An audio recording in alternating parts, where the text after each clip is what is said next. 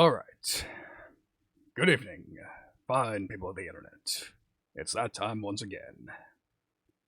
Welcome to the Stream White Mage. Punctual as always.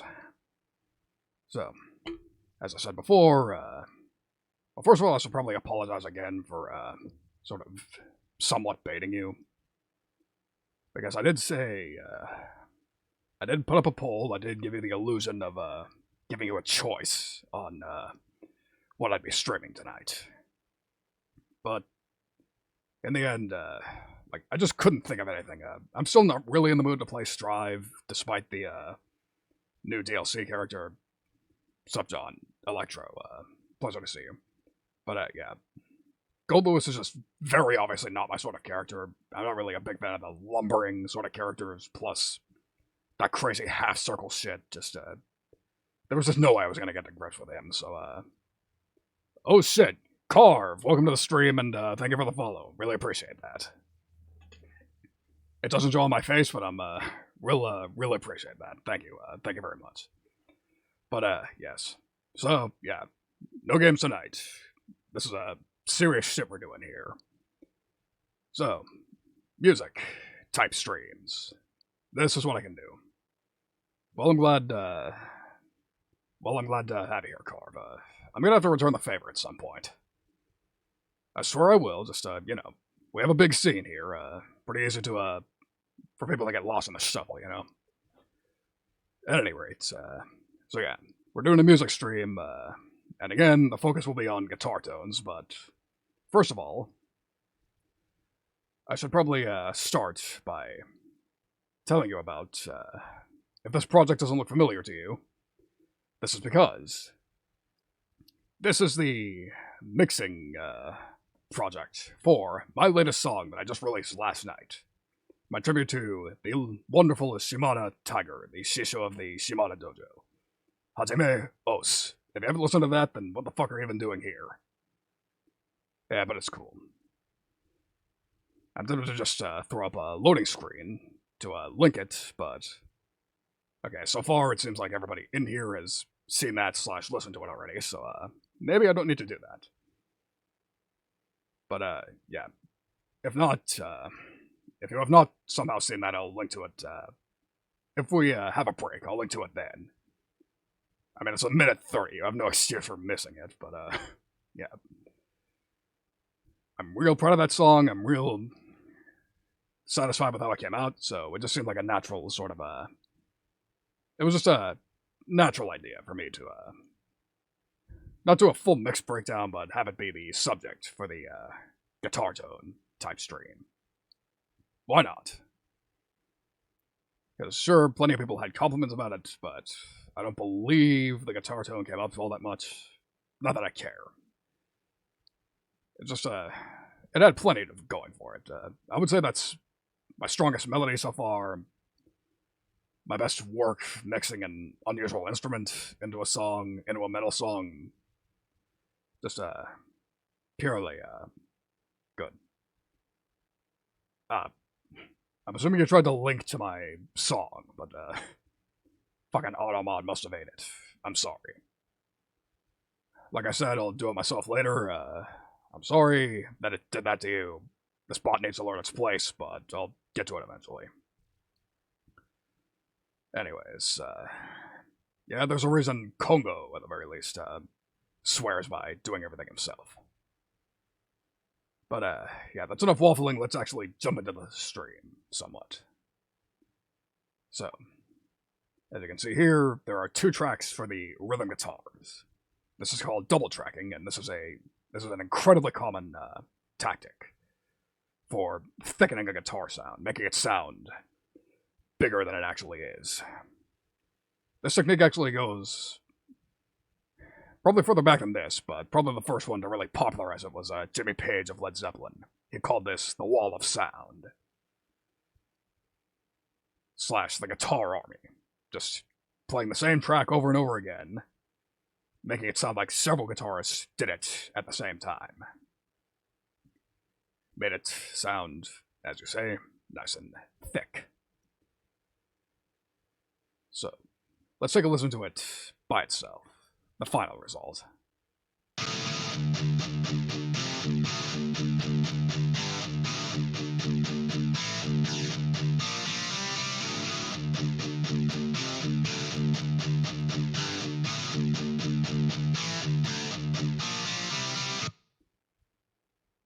So your immediate thought might be, okay, that sounds cool, but not really massive. Not quite as big as I would expect. But there's a reason for that. Especially in metal, well, in every genre, but especially metal. Mixing is a balancing act. You have to ensure that every instrument has its own place in the mix. And this has basically already been tailor-made to ensure that it takes its place in the mix, because it's not just rhythm guitars you're dealing with. There's also the drums, the bass, in this case, the weird Japanese folky instruments, which you cannot see because they're behind me at the moment. Still behind me no matter what I go. So if I scoot over this way, that's about as far as I can scoot, but yes, that's the entire folk bus. So again, everything, you have to account for everything. You have to ensure that everything has its rightful place in this mix. So if it sounds thin on its own, then that's fine. It's supposed to be part of a whole. So with that said, let's dive a little deeper. So, part of the double tracking magic is that the guitars need to be panned a certain way. Usually 100, but I prefer 90%. Simply because I don't want to screw over people who only have one working headphone or something like that.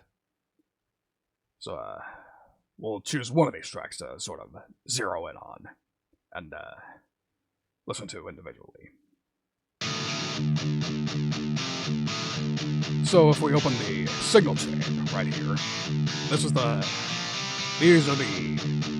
plugins that make it sound the way it does now. Now you may notice that those of you who've seen my music streams before may find something missing in this track, and that is, I actually use a guitar synthesizer, a sampler, so to speak. However, in my last song that I released before Shimada's song, the one with all the wacky guitar effects, I was getting crashes when I was trying to actually mix that down and render it. And the culprit, as far as my research went, was just the fact that I had too much going on. Too many plugins happening at the same time, and just, my CPU got overwhelmed. So, this time around, I did something different. See these waveforms? Basically what I did was I rendered out the performance of the instruments.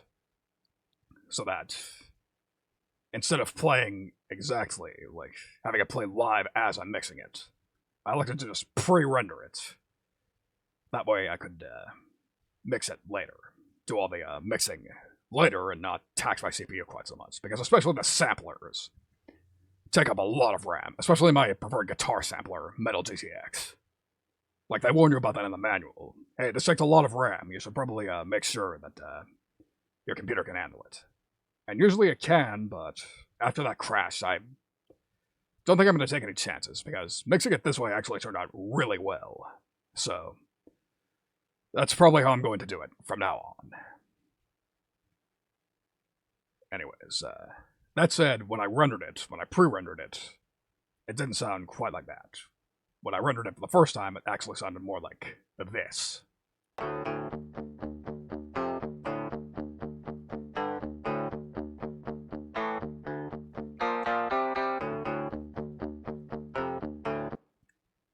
So that is what is called the direct input. This is what a pickup hears when you play the guitar. All that crazy distortion shit actually comes from later in the signal chain. If you just play the guitar straight up and just plugged it straight into a sound card or something, that would be what it would sound like. Which is, technologically still pretty impressive to this day, but obviously, that's the bare beginning of the sound. It's the skeleton. You're supposed to build off of it. And build off of it I usually do. So, what we have highlighted here is the first component of any given guitar signal chain, and this is the overdrive pedal. So, the reason it has that name is because it drives an amplifier's tubes over their capacity. So basically, if you're familiar with Final Fantasy limit breaks, that's basically the easiest metaphor I can come up with for people who are not musicians but are gamers. There's probably a better one, but we'll stick with that metaphor. This is basically a distortion limit break.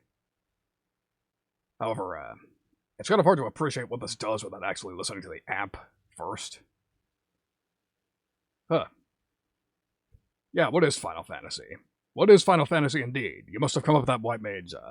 I'm not surprised somebody with such an original name doesn't know what Final Fantasy is.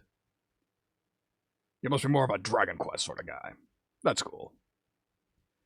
And yes, there are indeed quite a few layers, but I'm about to explain them. That's the point of the stream.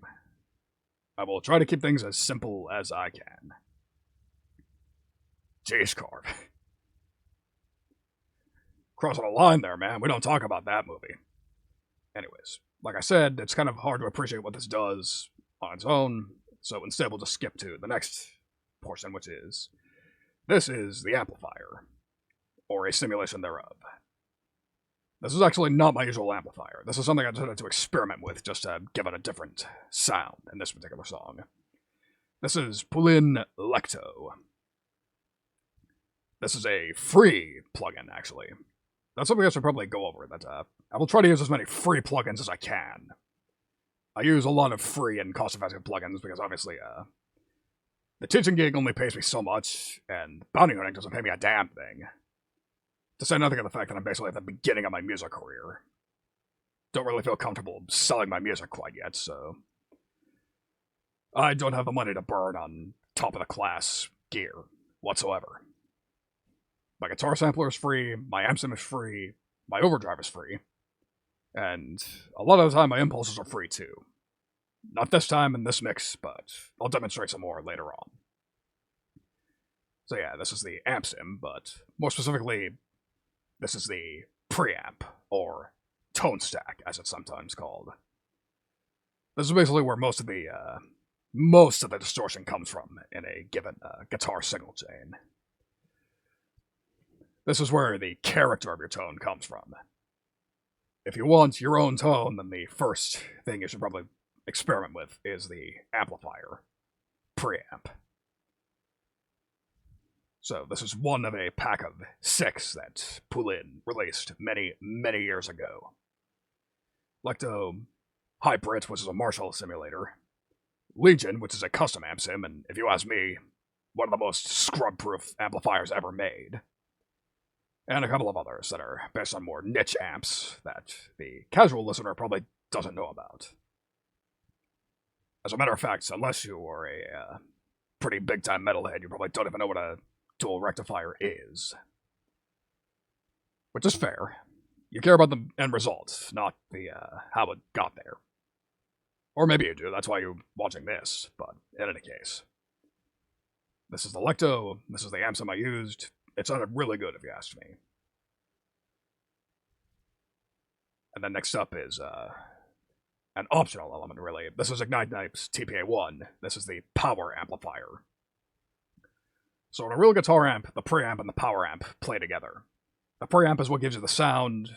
The power amp is what actually makes it loud, makes you able to hear it in a big-ass stadium or a club or practice space or whatever the hell. So, obviously, people tend to prefer tube power sections, which is what this emulates.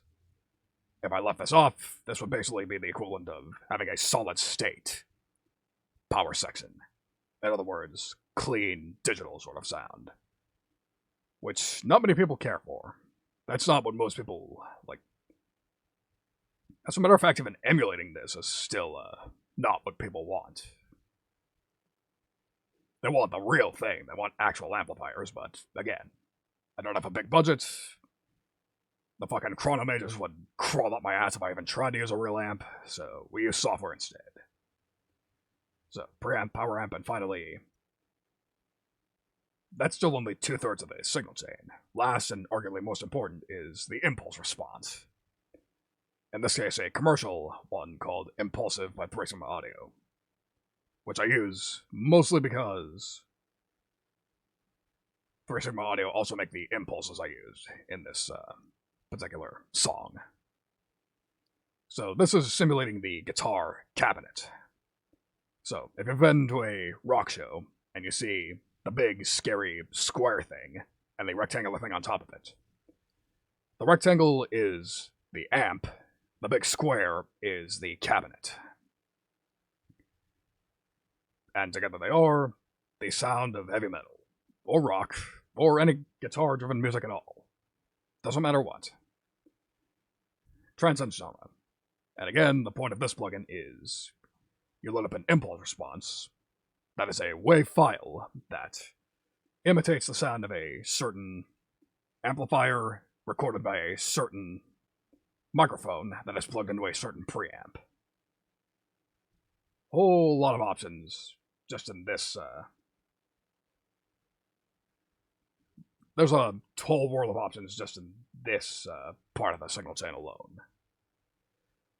You can leave everything else alone, but you can change an impulse and it sounds completely different. So again, I'm just going to go ahead and play all these. Yeah, I'll introduce everything one by one. How's that? So, let's assume, first of all, here's why you need an impulse response. This is why you need an impulse response.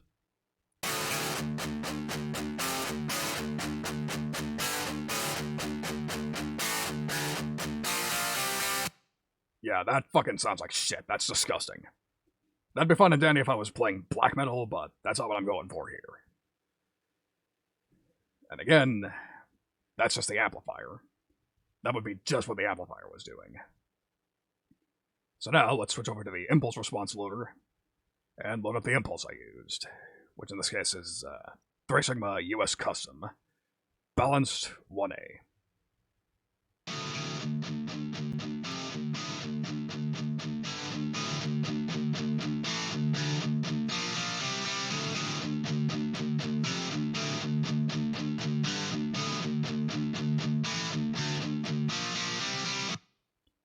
So yes, very nice, very thick, more what we want. However, there's a problem with this.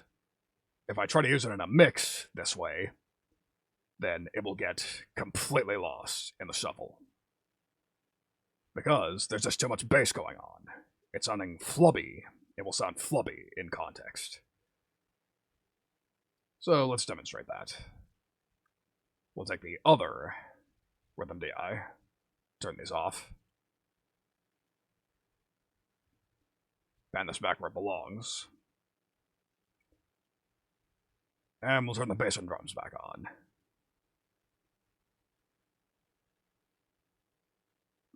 Yeah, I should probably turn this off too. I'll go over what this does in a bit. So yeah, this is what it would sound like if I didn't have a tube screamer in front of it.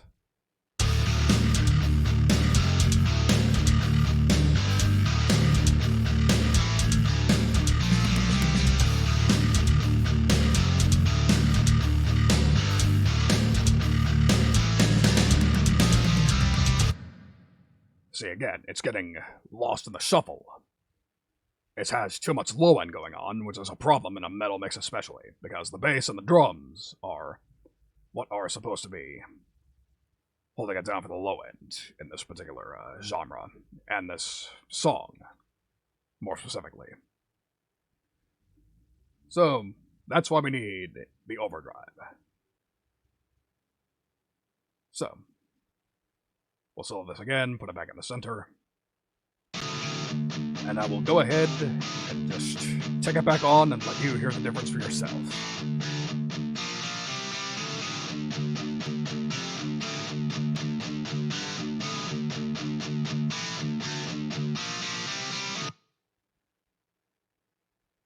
Now, granted, that's a bit of a subtle difference, especially out of context, but it's a critical one because what this does, besides saturating the tubes, overdriving the amp, in other words, it also creates its own EQ curve. And what that means is that it's basically getting rid of frequencies I don't want in favor of frequencies that I do, in the case of a guitar. Very critical sort of component. Again, not a glamorous job, but it's absolutely vital to get a grasp of. And then finally there's the optional one. This one's a lot more subtle, but it's one that I like to add. Because again, I'm trying to fool you into thinking that this was fucking made with a real guitar, a real amp, etc., etc., etc. That's what the good metal is supposed to do these days. Fool you into thinking that it was made in a fucking $1 million studio with top-of-the-line equipment. So again, this is going to be subtle again, so you're going to have to really pay attention, but it's a difference I like, so just take a listen.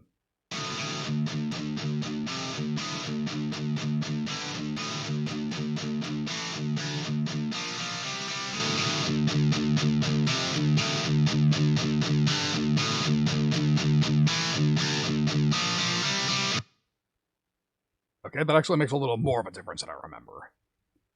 Which it should, considering that this resonance knob, this is a knob you need to remember if you ever decide to experiment with making guitar parts yourself. If you use this particular plugin. Remember this resonance knob. This is what will make your guitar amp sim, come to life. That said, I should probably emphasize that this is actually optional depending on what sim you use. The Lapua amp sims are a little up there in age, so they sound slightly more digital. Still very good, but pretty obviously digital. And that is the kind of amp sim that TPA1 really excels at playing with. If you're using a more recent amp sim, then you generally do not need to have this in your signal chain. Especially if it's commercial, because they have the tube simulation built in, or else if you can't fiddle with it, then it's just there in the background, just for you to listen to. Just affecting the tone as it is without you having to do anything extra. Which I'll demonstrate later on. Or maybe I'll demonstrate it right now, considering that we've actually finished the tour of what I did for this particular song. So I suppose I might as well go into some alternatives, or just the logic of what I did.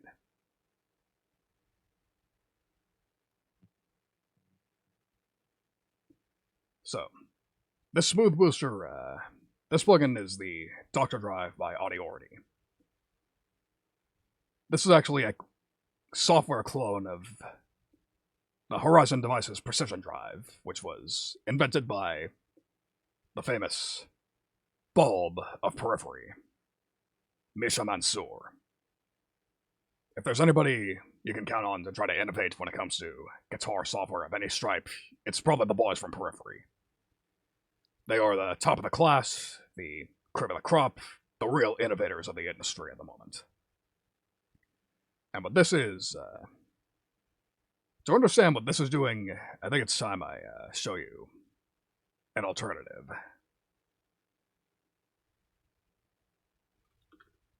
If I can find it. If I even have it installed. That'd be awkward if I tried to...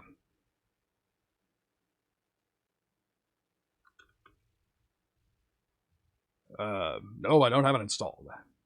That's awkward. Anyways, so...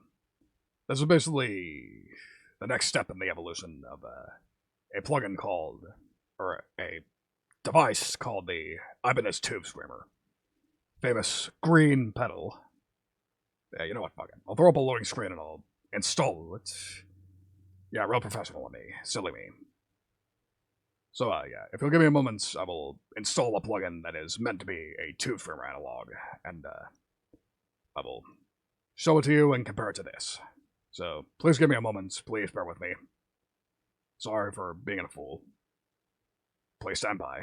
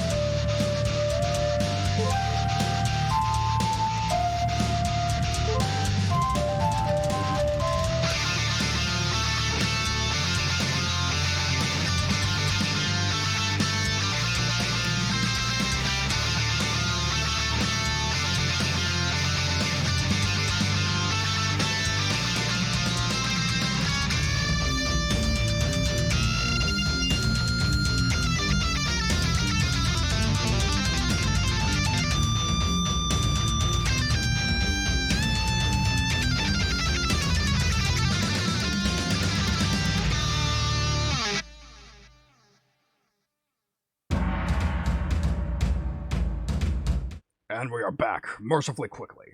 I'm really sorry again, I really should have prepared that a little better, but not to worry. So, what I was about to show you is this plugin. This is one of many, but this is the TSC 808. Again, if you,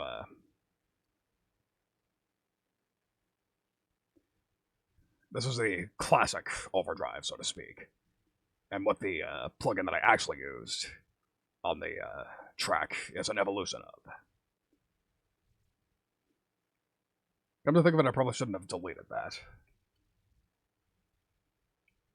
There we go. I'll add it instead. That way I can just compare the two. So again, although technically this isn't a Tube Screamers clone so much as an 808 clone, which is a slightly older overdrive that the Tube Screamer was more or less a clone of.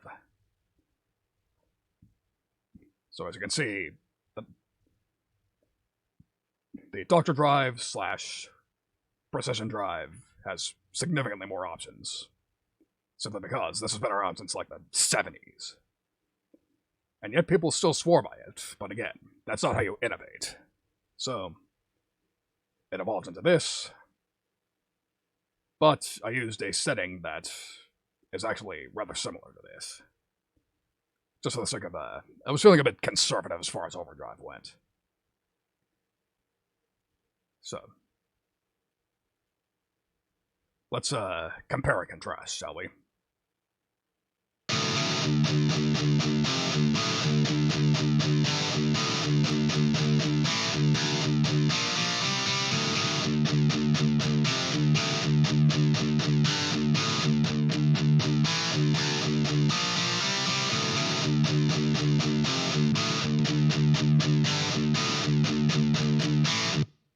Again, overwhelmingly similar, but that was on purpose.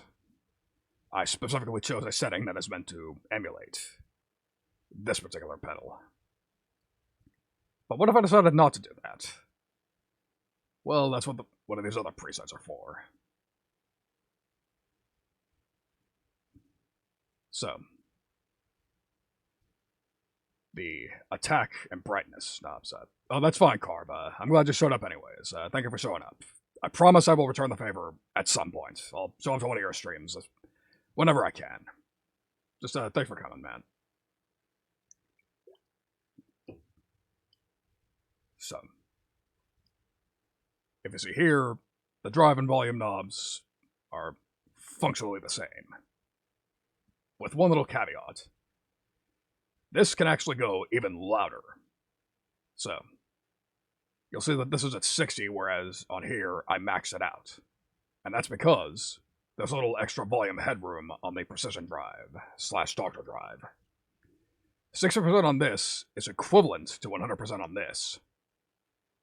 So if I really wanted to, I could push even more headroom out of this. Let's see. As a matter of fact, let's see what would happen if I did that.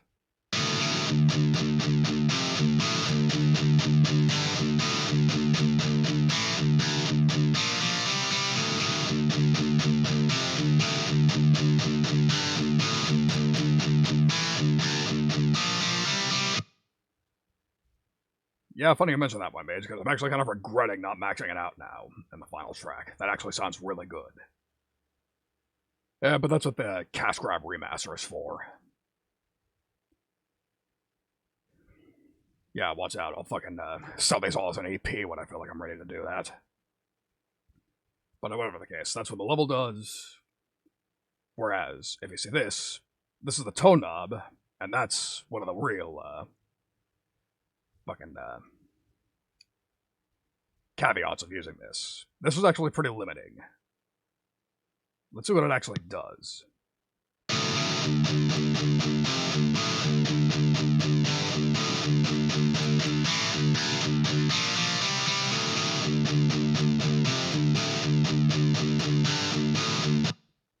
So basically it's a sort of a darkness / brightness switch. Over here, it's darker. Over there, it's brighter. Which generally means you're affecting a certain mid-range frequency. Which is fine. There's a reason this has been around since the 70s, but again, that's still kind of stifling. So what this does is basically split tone into two different knobs. There's the brightness, which is functionally more like the brightness knob. And then there's the attack, which gives it certain EQ frequencies. Again, this is better off shown than told, so let's go ahead and show it off.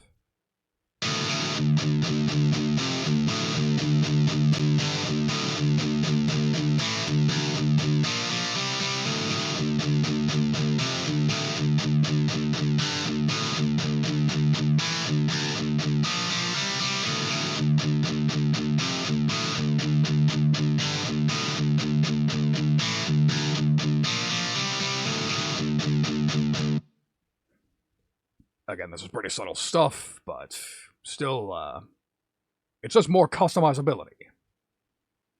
You just never know. Well, it's good that you can hear that. Not many people can.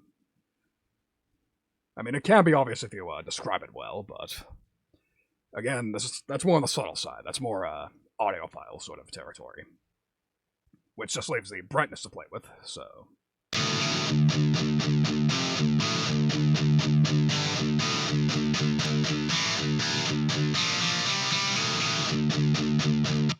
So yeah, max brightness on this particular pedal is fucking ridiculous. I do not need that much brightness on a rhythm track. Yeah, that's something I probably should have mentioned earlier. For this half of the stream, we're focusing on the rhythm guitar track. So, that's that. So, obviously, again, I sort of regret not maxing out the level, but for the sake of integrity to the final product, we'll just leave it at that. So let's move on to the Lecto. So what did I do here? Let's explain this a bit. So, the thing about the dual rectifier as an amplifier is that it also has several options. So, going from right to left, input, that's just how much, how lot of a signal the amp is getting initially. I just left that at neutral, didn't feel the need to fuck with it. Now this, on the other hand, you get a choice between the orange channel or the red channel. Orange is basically clean-ish or crunch, lower gain sort of sounds.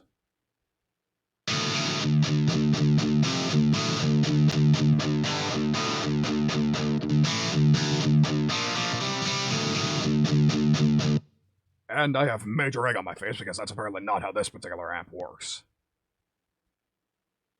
But again, red is,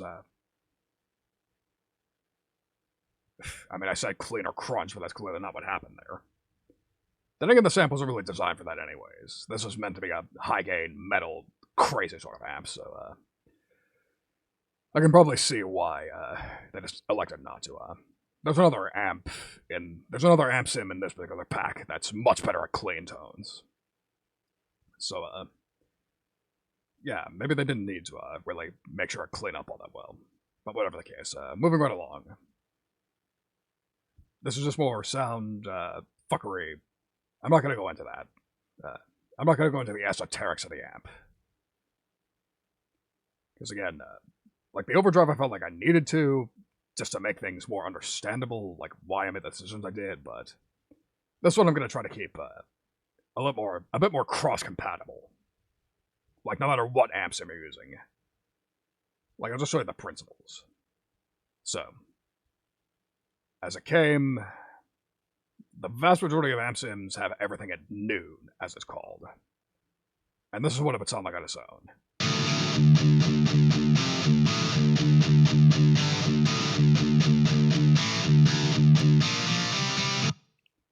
Now, just listening to an amp sim with everything at noon is fun and dandy for finding out if you like the general character of the amp sim, but you're generally not going to want to keep it this way. You're going to have to play with these knobs to ensure that they sound correct. So first up, drive knob. Pretty obvious how much distortion is in the tone.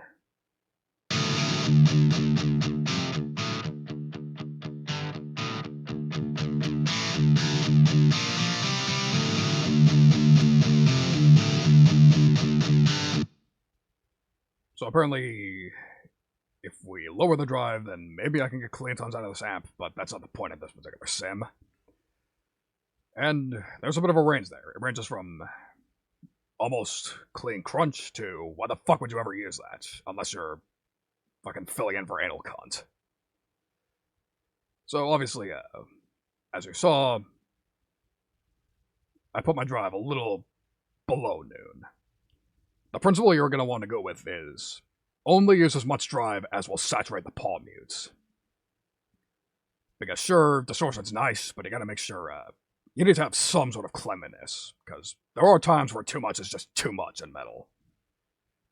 Which I get defies a lot of the stereotypes therein, but that's just how it goes. Controlled chaos. That's what that's what metal's about in a lot of ways. So low, middle, and high, these are kind of self-explanatory. They're basically an EQ curve. The higher this knob is, the more low end there is.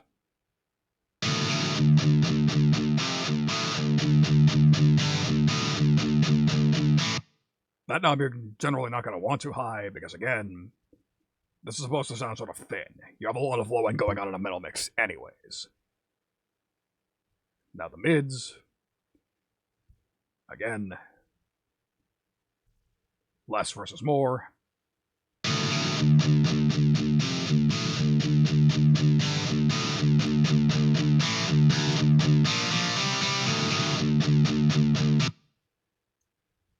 So the thing about mids is that metal's relationship with mids is complicated. Because back in the 90s, thanks to Pantera, it was actually a pretty big trend to, if not completely eliminate mids, then sort of keep them as low as possible. However, there's a bit of a problem with that. And that problem was exemplified by a video called How Not to Dial in a Metal Guitar Tone by the venerable CS Guitars, Colin Scott, who fittingly enough is Scottish. But anyways, in that video, he demonstrated the problem with scooping the mids, and that is, if you do so, then your guitar will get lost in the mix completely. Let's demonstrate that. So we'll pan this back to 90. We'll re-enable the overdrive on this. And we will put this amp sim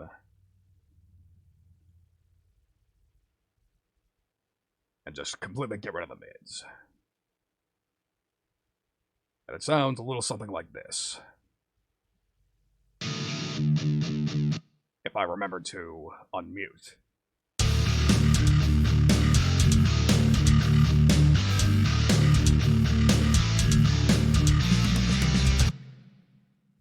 Now you'll notice that the bass suddenly sounds like it's significantly louder than it should be. And there's a reason for that. Because guitar is all about the mids. These are critical frequencies. These are absolutely critical to ensuring that your guitar sounds good. That said, there is a such thing as a too much. So, what would happen if I placed too many mids in this signal chain? Let's find out.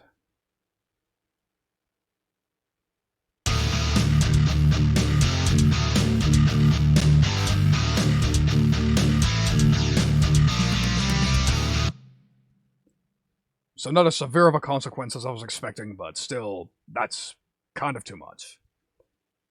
Because the thing is, the higher the mids are on a guitar tone, the higher the perceived volume. So basically, if you crank the mids, it's going to sound really, really loud. Which in a lot of ways is what you want, but just like distortion, there is this thing as too much can be too much. So what you want to do is, like I did, a little past noon. That way I get sort of a best of both worlds. Enough mids that the guitar has its proper place, but not so much mids that it sounds quacky, loud, and ridiculous. Now high... So, the high knob is a lot like dynamite. It's vital to the process, but if you're not careful with it, it'll blow you the fuck away. So, to show you what I mean, I'm going to solo this back up, put it back.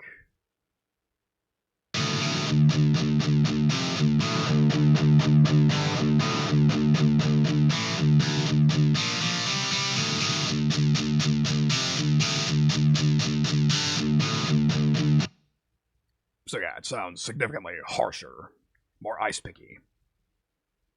But believe it or not, it could actually be worse.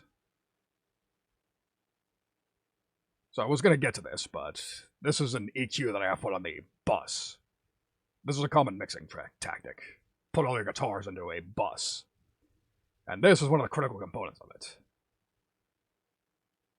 What does it do? Well, I'll let you listen for yourself.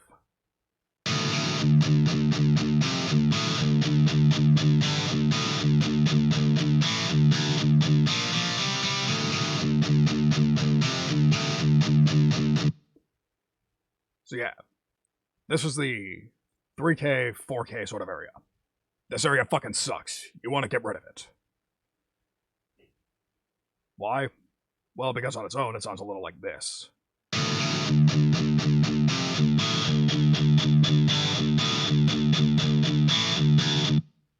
So yeah, that resonance fucking sucks. Get rid of it. Kill it. It will cause ear fatigue. Yeah, ouch, exactly. I probably should have given you a little more warning that I was going to do that, but at the very least you know why. If you've watched any metal guitar mixing tutorials, you've seen them absolutely kill this resonance. It sounds scratchy, ice picky. Will fatigue your ears if you don't decide to mix it out.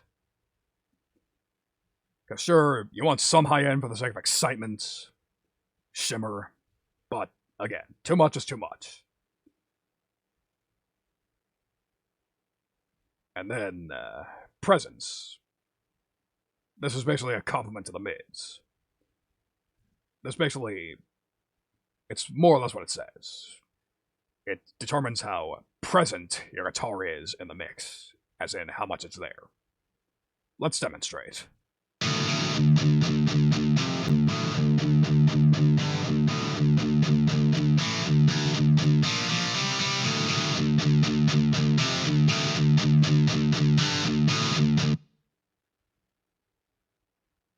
So again, like it says, towards the bottom, it basically sounds like it's in the other room. Towards the top, and it feels like it's right there next to you. And I just realized I completely forgot what setting it was in the final mix. But if I recall correctly, it was either very slightly above 12 o'clock or else at 12 o'clock. Because again, I didn't really feel the need to fuck with it. And then resonance, this is more or less exclusive to this amp. This is a Mesa thing, specifically. I'm not quite sure what it does, but...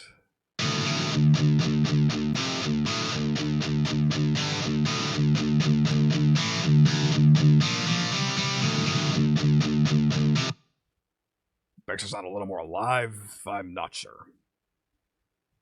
Either way.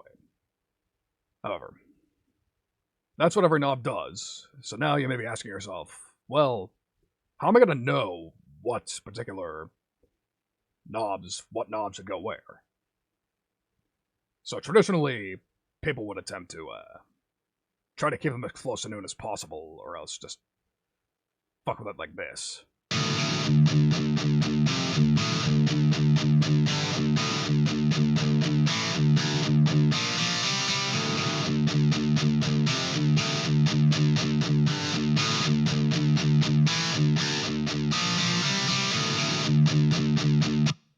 However, the problem with doing things that way is that it's very easy to sort of chase your tail.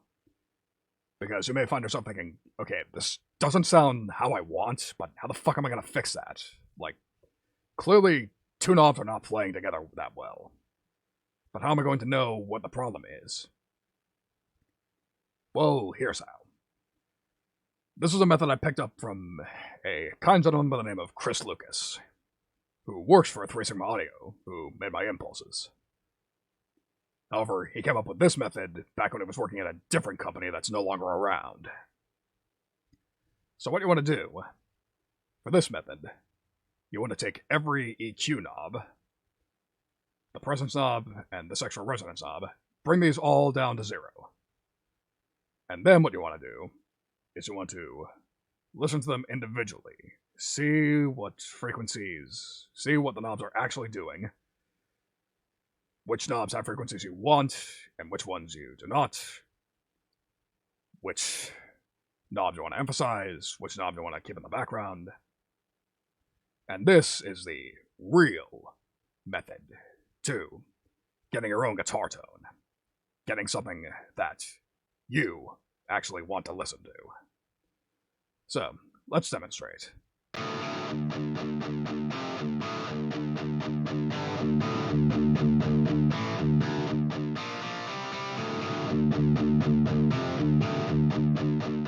So for instance, I don't want it at max because that's just making things whoopy, just a little too whoopy. So, but I don't want to completely kill it either. This is rhythm, it's supposed to be a little thing. So, if I take a listen here,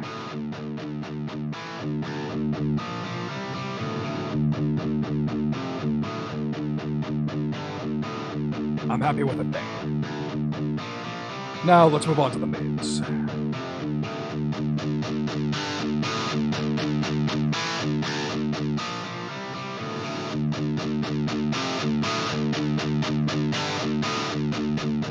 So again, you don't want to have them completely gone, but if you put them too high, it sounds a little nasal. Sort of like you're speaking to a cardboard box or something. That said, I can be a little generous with the mids on this particular amp, so little passive.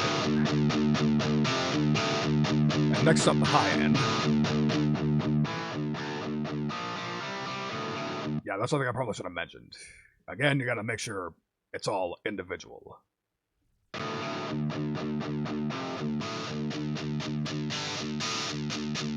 Yeah, I don't want it that high.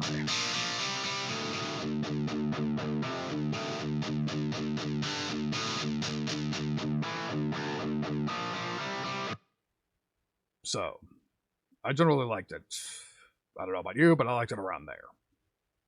So if you're watching this and thinking, wow, you're making completely dumb decisions, you should have the lows higher. You should have the mids a little lower. That's the beauty of metal mixing, guitar tone sculpting. This is an art, not a science. I'm showing you how to go about getting your own tones here. Because sure, you may hear my guitar and think, you may hear my tone and think it sounds like shit. That's completely fair. But here, I'm giving you the option to fucking put your money where your mouth is. Show me up. So, you get the idea from here, so we'll just place everything back roughly where I think it was.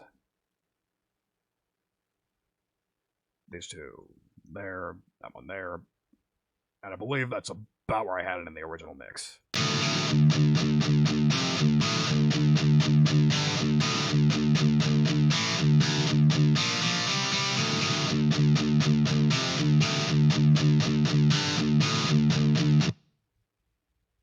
So, that's how you do it with this particular amp. However, these are not your only options by a long shot as far as rhythm guitar tone. So, for instance, this is hardly the only word in overdrives. You may think of that and think, wow, that's way too many fucking options. Well, oh shit, that's another plugin that I forgot to upload. Well, whatever. Well, here's another option here. This is another free plugin, the Nembriti Minotaur. This is based on the infamous Klon Centaur overdrive plugin. It was designed specifically as an alternative to the Tube Screamer. However, the gimmick of this is that it is probably the cleanest overdrive that has ever been made and ever will be made. And for that reason, it is far and away one of the most sought-after guitar pedals ever. An original Klon Centaur will run you well over $1,000. For reference, a Tube Screamer will only set you back like $130. terrific expense. 10 times the price, but depending on who you ask, 10 times the tone. But again, that's not within my budget and not within a lot of people's budgets, so. Aside from software clones, there are also several physical clones. Because the schematic is sort of a cat out of the bag sort of idea. People have sort of deconstructed the circuit board and made their own clones of it. The most famous of which probably being from Wampler pedals. Their Tomness pedal, which is a clone of this. And generally, probably the best entry-level one. In any case. Transparent saturation. This is roughly,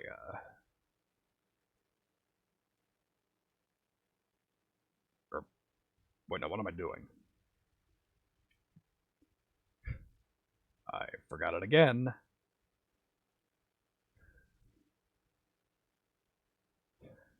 Replace it again. So again, we'll use the same preset. And let's compare.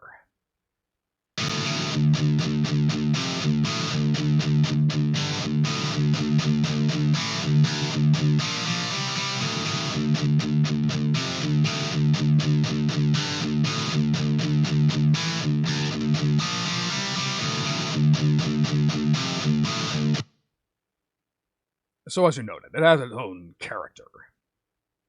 Largely the same purpose, but it has its own sort of unique approach. That approach being just taking what the amp already does and just boosting that. Trying its hardest not to make its own tone. Affect the tone too greatly.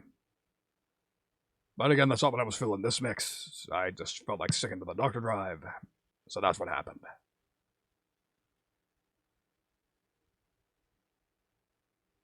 So let's go with a little more intense difference. So, let's say, we don't even have to look very far. This amp sim pack, this cabinet pack, in itself, has an entire world of differences. So the way the 3 Sigma cabs are structured, there are 4 variants, each with 5 sub-variants. So first is balanced, which is exactly what it says. Next is bright, more high-end emphasis. Bright X, even more high-end emphasis. And then warm, more low-end emphasis. Balance was what I was feeling, but let's just check around. Let's just see what these impulses all do on their own.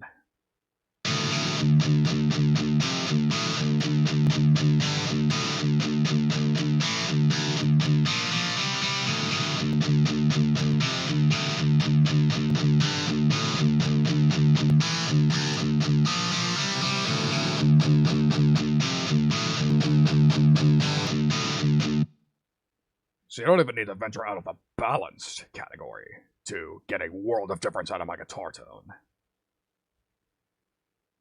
However, the thing I should emphasize is that, first of all, this is a commercial plugin, so you may be tempted to think, oh shit, do I have to pay to actually get these tones? No, you don't. So, let's add this. This is Ignite, Nat IR. Same manufacturer as this, the tube amp simulator. So, this comes with its own sort of a suite of impulses included, but the way this was meant to be used was you're supposed to load up your own impulses that you found. You either bought or else download it for free. That's right. There is an absolute world of free impulse responses out there. Because again, this is all commercial. This is all shit I bought. But you do not need to buy anything to get good tone. Allow me to demonstrate. So, let's go 57 pure, just for the sake of argument.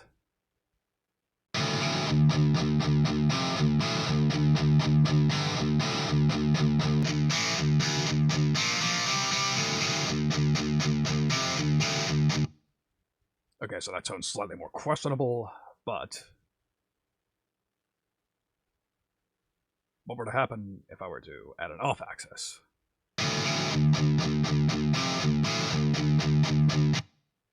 And second thought, I won't go into that. We'll get lost in the weeds on that. This is more of a general overview. If this is interesting enough, I will most likely end up doing a more in-depth tutorial on the cabinet impulses. Again, the point I was getting at was that you can get good tones for free. So let's dig into my impulse response loader. Music software, there it is. Don't look too closely now. Impulse responses, guitar cabs, and look at this. Not just 3 Sigma Audio, but a whole shitload of free impulses. So let's start with this one. ML Sound Lab's best impulse in the world.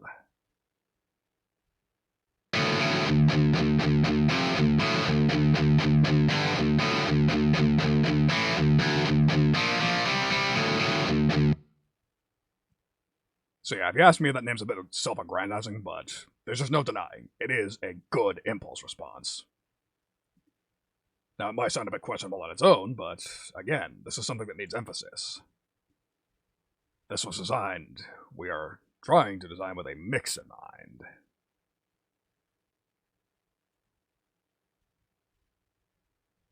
So, let's place that on the other rhythm track, repan it, and let's hear how the entire mix sounds with this impulse on.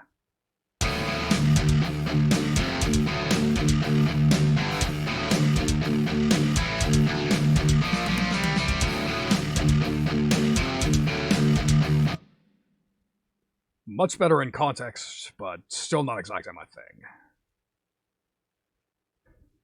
See, that's the thing about guitar plugins in general. It's all subjective. You gotta find your own way.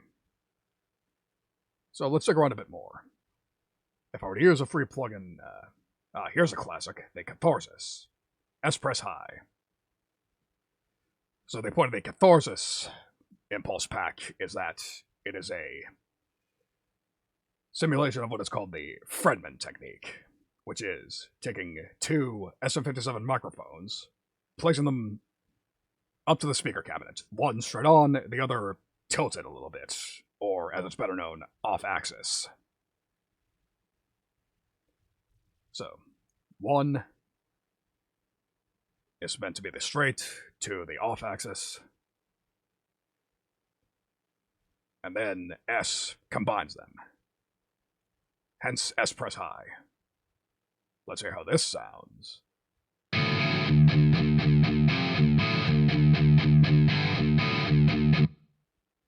Very good, but there's a silly thing that I forgot to do. So if you look down here, they have what is called a high pass and a low pass.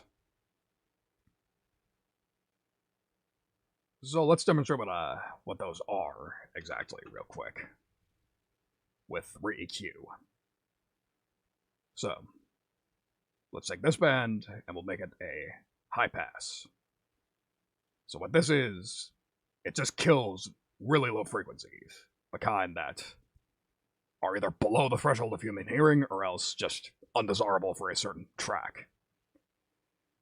And these are certainly, generally the rule of thumb is you want this at around 150 hertz for a rhythm guitar track. So, let's hear how it sounds.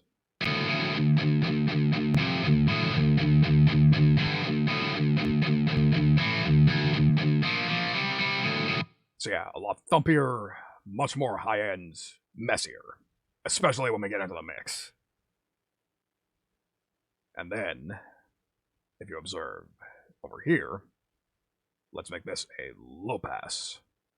Same idea, opposite end of the spectrum. Because, again, these will either go into the dog whistle sort of frequencies that you're not going to hear, or else just unpleasant sort of fuzzy kind of frequencies. This one doesn't have quite as hard a fast a rule. I generally prefer to bring it around 15 or 16K. Now again, we'll listen to it on and off.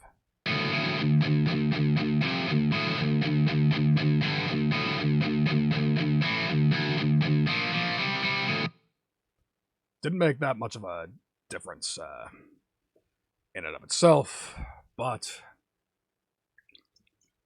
because I think it's the impulse I used was naturally sort of a high passed. So, didn't make that much of a difference there, but there are other impulses that aren't quite as,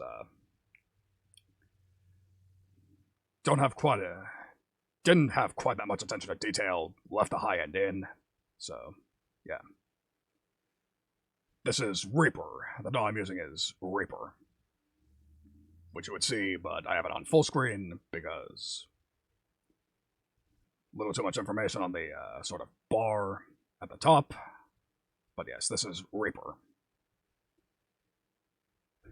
But, however, this EQ is redundant. This was strictly for demonstration purposes. Because, if you look here,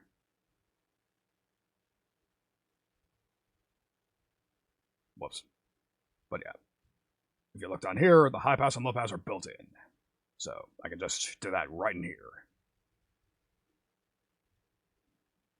No, I actually don't play the guitar myself. I use a sample plugin. I'm not showing it off this stream because I pre-rendered it, but yeah, I used a sampler. Specifically, Unreal Instruments Metal GTX. So, I have other... You can look at my past music streams, either on YouTube or else the last one I did should still be up on Twitch, but, yeah, if you look at my description, my past Reaper DAW streams should be all on my YouTube channel, if you'd like to check that out. Anyways, back on subject. I can just high pass and low pass it right here. Let's do it.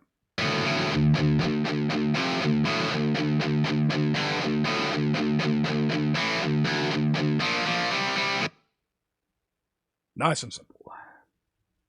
So this resonance, in this context, it wasn't quite as necessary because I already cranked the resonance back here in the power amp simulation. But it's just another way to do the same thing. Delay I literally never use because there's zero purpose to it. And room, this is something I like to use when I'm using NatIR, which is usually when I'm using an impulse that isn't made by 3 Sigma. It's very useful. I actually really like it. Because what it does is it adds room reverb. It's basically a built-in reverb that adds to sort of the live guitar feeling. Makes it sound like you actually recorded this in a studio, if you're judicious with it. Let's demonstrate that.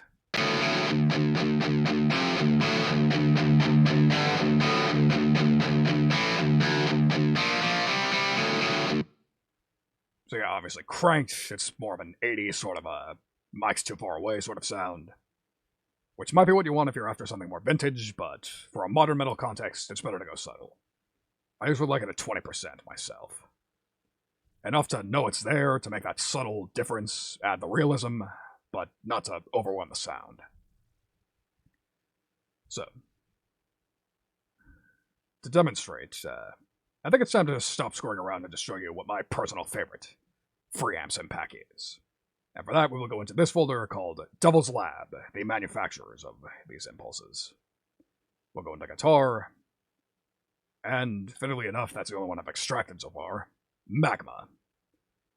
This is based on the guitar tones of the classic band Gojira.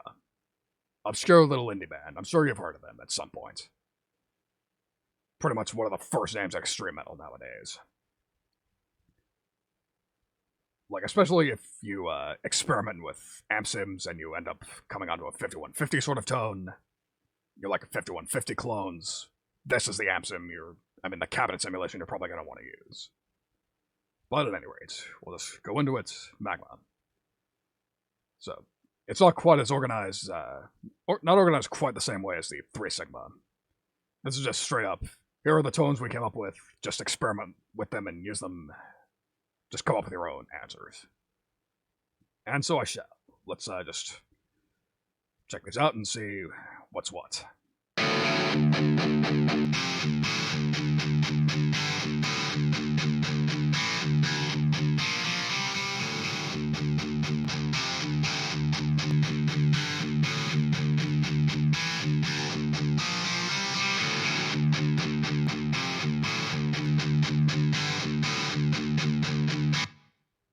So again, they're all roughly along the same line, but they sound slightly different. They have their own quirks. Today I'm feeling 2. So, let's go ahead. Bring this over. We'll remove this, and we'll just copy it over here. And let's see how the mix sounds, how the mix would have sounded had I chose that as my cabinet simulation.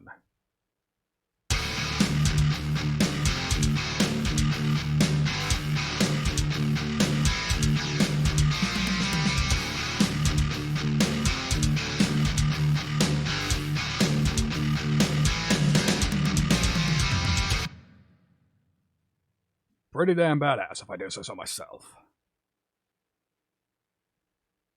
So, yeah, that sounds absolutely fucking fantastic. I almost wish I did that in the final mix, but, bygones are bygones.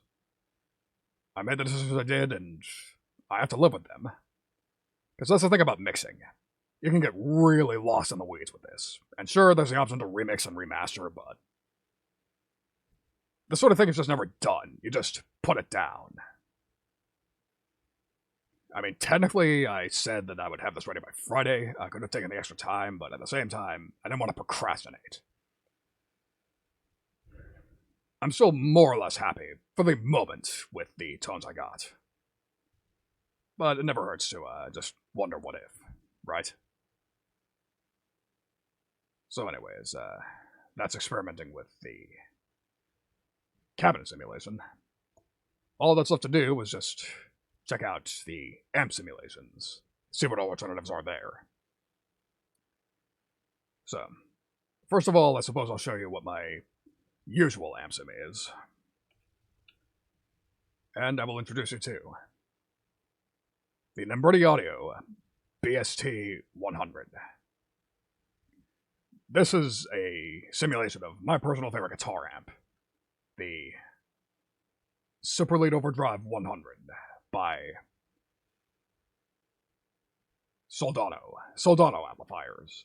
Soldano SLO 100. That's right. So probably disclose that I've been I'm having one right now. So yeah, probably not the smartest idea. Probably should have done the sober, but fuck it. It kills the nerves. So checks and balances. So this is where the mold gets broken. This one did not elect to go 555. These mad lads think that my default tones would be bass max, mid scooped. Like, this is ridiculous. To the point that I actually had to come up with, make my own 555 impulse. Oh yeah, the Samsung also has built-in cabinet simulation. It has its own sort of impulse responses, but for this, we're gonna bypass it for right now. So let's hear how it sounds compared to... I fucking did it again. We'll add this to the signal chain. Silly me.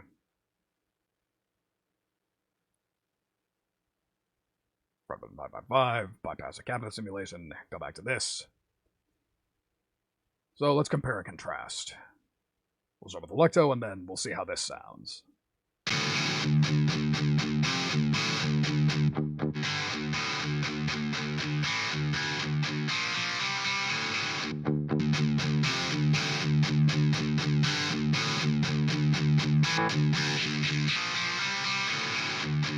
Huh. I briefly used both amps at the same time. That would have been ridiculous. But yeah. So, this one has a bit more... slightly more vintage character. Doesn't sound quite as modern. Which a lot of the time is what I want. It's what sets me apart, because I'm more of an 80s metal sort of guy. I prefer thrash. I like hair metal, throw as many rocks at me as you want, but I love that shit. Just the more vintage, less intense sort of sounds. And that's what this is good at. I just felt like experimenting with a modern sound, hence why I went with Electo. But yes. This is my usual amp sim. However, I didn't go to the trouble of dialing it in. Because again, I'm just demonstrating. This is a rough demonstration. Yeah, but I suppose I'll dial it in, just to ensure, because again, you're basically supposed to pick your amp and capsim out ahead of time, just make sure they play well together.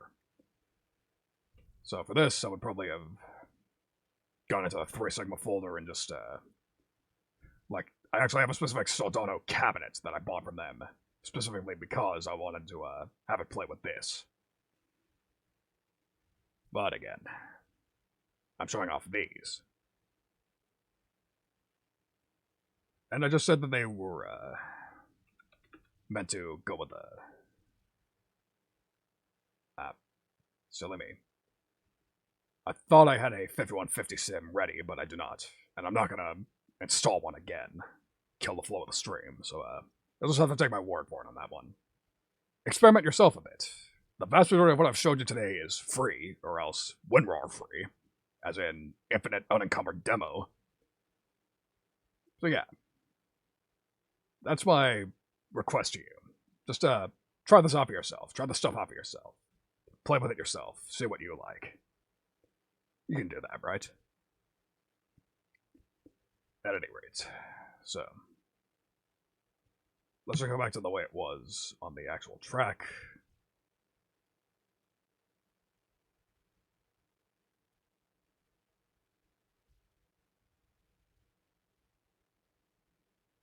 And, I guess that does it for the rhythm tone.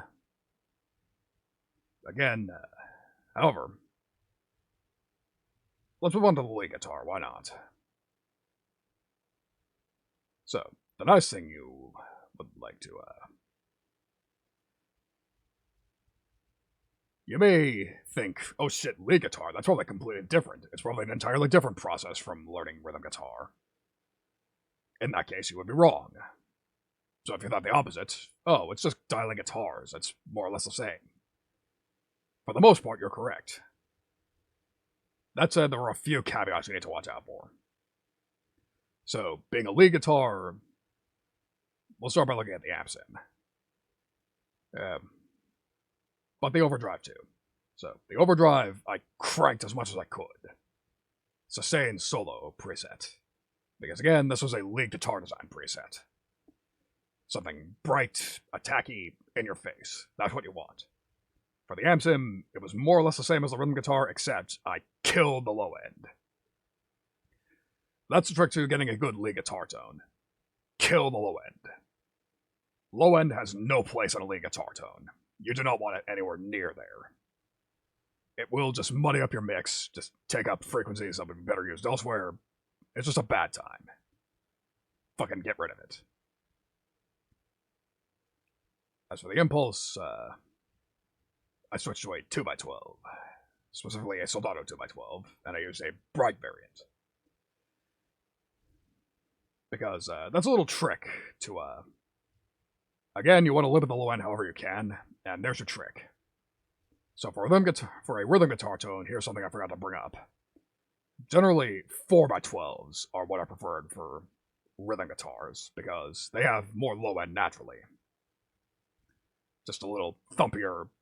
They're bigger, so there's just more room for the low end to bounce around. And it sounds good in a rhythm context. Not so much in a lead context. So, generally, you want either a 2x12 or you can be a real mad lad and just go for a 1x12 combo amp sort of idea. Doesn't matter which. Generally, I prefer 2x12s, but it's worth just keeping that in mind. If you want to get a good lead tone, use a 2x12, just kill the low end however you can.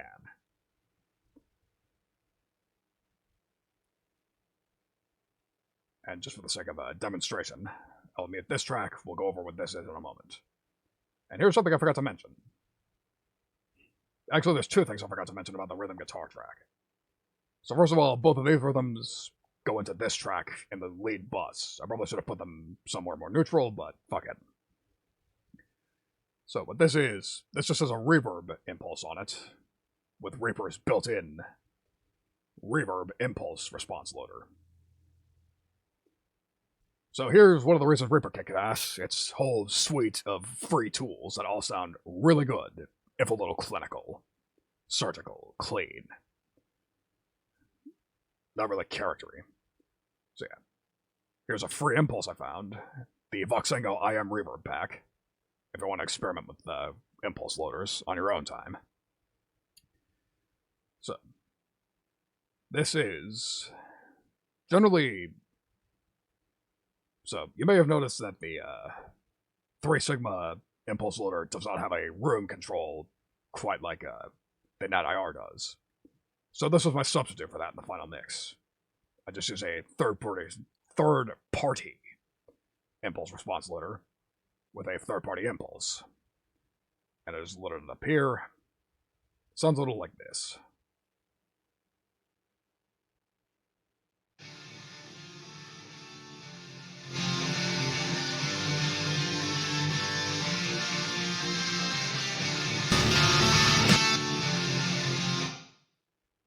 Yeah, it sounds pretty messy on its own, doesn't it?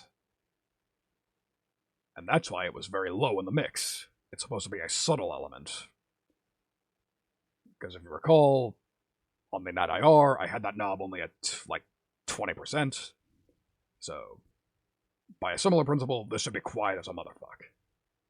Simple, right? And then the last thing I forgot about for the rhythm guitar. So, EQ, I went over... Here's this. I almost forgot about this. This is a multiband compressor. And this is a trick from the legendary Andy Sneap. Essentially, the Jesus Christ of metal mixing. With his self-named Andy Sneap forum, essentially being the metal guitar mixing Bible.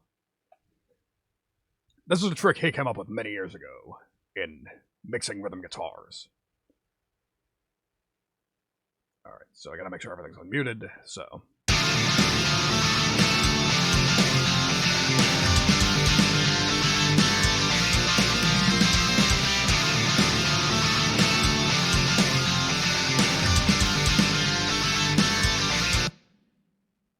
So it sounds good, but...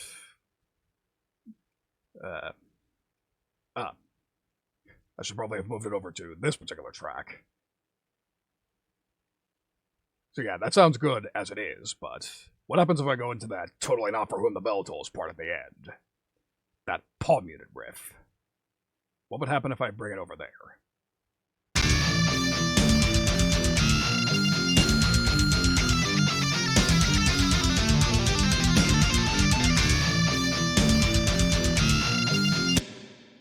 Yeah, it sounds like a fucking mess, because the low end of the palm mutes are naturally a very low-end, heavy way to use your guitar.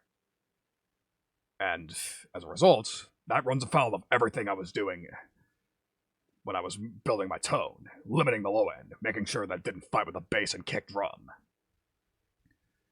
So, how do I fix that? With this, the Andy Sneap multiband compressor method. Although technically I stole these settings from Spectre Media Group, Glenn Fricker, who is basically the Metatron of metal mixing. How many more biblical references can I fit into this stream? Not many. I might as well play SMT at this rate. But anyways, so these settings I basically took directly from him in a tutorial he made on the method, how to mix metal guitars. Band 2 is the real important band here. The rest of these don't really matter. This one here. This is designed to clamp down on the frequencies that the palm mute is emphasizing, which is getting in the way of the bass and low end of the drums. So, I'm going to play it, and halfway through the part, I'm going to kick it on. And I'm going to mute the lead guitar this time.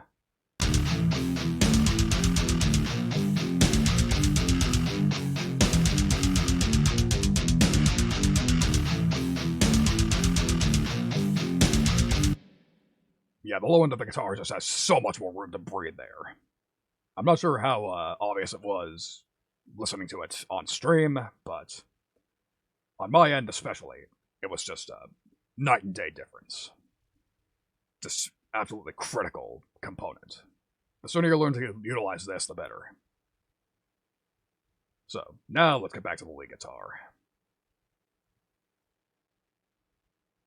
So, again, we'll listen to the tone as I just explained. Because again, just got through explaining this, you generally want more saturation and less low end. Because the thing is, you're not playing that many chords in the average lead. You're playing higher up on the neck, so you need to saturate those a bit more. Generally, the higher the part is, the more distortion you're going to want. Hence why I give it slightly more over here, and more on the overdrive.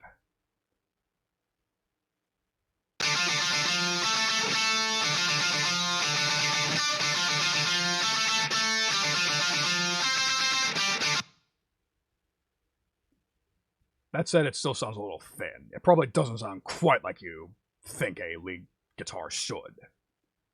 And that's where this track comes in. Delay. So the point of a delay in a metal context is it thickens up a lead guitar. So, let's open this. This is Spaceship Delay. If you were here for my experimentations with guitar gadgets, this was made by the exact same company. Musical Entropy. I keep forgetting their name. But yes, Musical Entropy. They made guitar gadgets and they made this fantastic delay. It just has so many features, because Reaper has a built-in delay, but this has a lot of features that one doesn't. You can sync the tempo to the host's beats per minute. You can add more analog modeling. It's just very nice. That said, I'm not too familiar with fucking with delays, so I elected to keep it a bit simple. I stuck with a preset. Stereo lead guitar. Which, if you look here, guitar, stereo lead guitar. Didn't stray too far away. I probably fucked with at least one of these settings, but I'm not sure. So let's demonstrate what this actually does. Let's play the track. Whoops. I said let's play the track. And kick this on halfway through.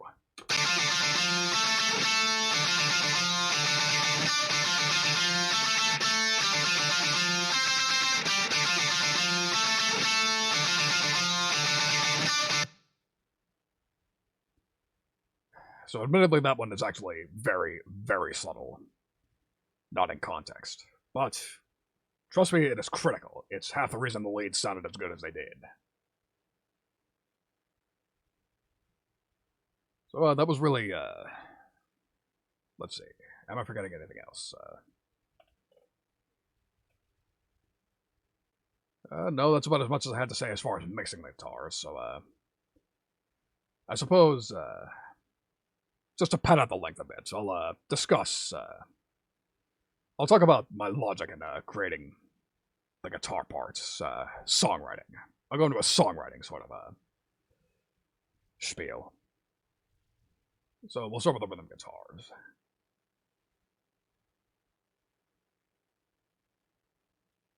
If I can actually highlight the damn part that I want.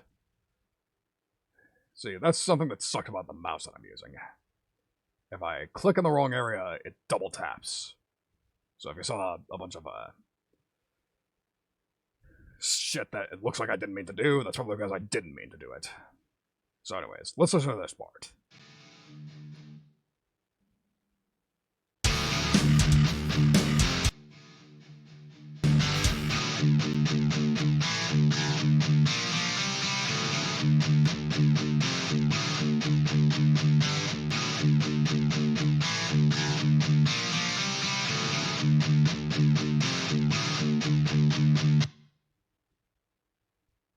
So, that one, that riff was actually more, it was designed more to let the lead take over, so to speak. That sort of Koto shamisen sort of commenting on each other. Might as well demonstrate that.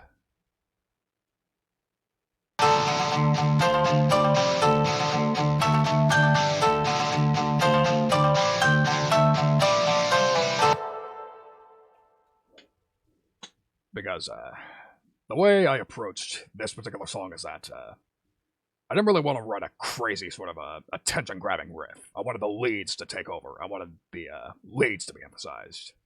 I wanted you to listen to the melody as opposed to the guitar riff. So I came up with something a bit more on the simple side. Not complete punk, but still something that has a groove. So, I suppose I'll admit, one of my influences when writing the song was, I was influenced by Guilty Gear, obviously, but I might as well go a bit more specific. I was specifically influenced by the character themes of both Soul Bad Guy, the main hero, and Baiken, the one-armed samurai woman, with the very large tracts of land. So I basically wanted it to be a merge of them, because the gimmicks of Baiken's themes throughout the Guilty Gear series they've been metal, but the leads have always been Japanese instruments, traditional instruments, up until the chorus, where then the guitar takes over on lead. And then Soul Bad Guy's themes are generally emphasized by, not exactly simple riffs, but groovy riffs. Very heavily palm-muted, just sort of in the pocket. So that was basically where I was going here.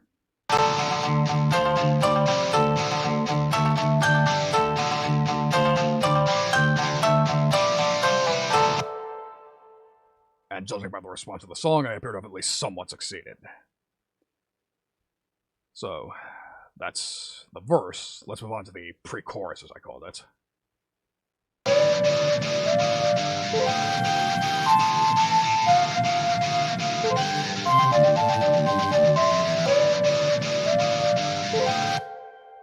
So more of the same there.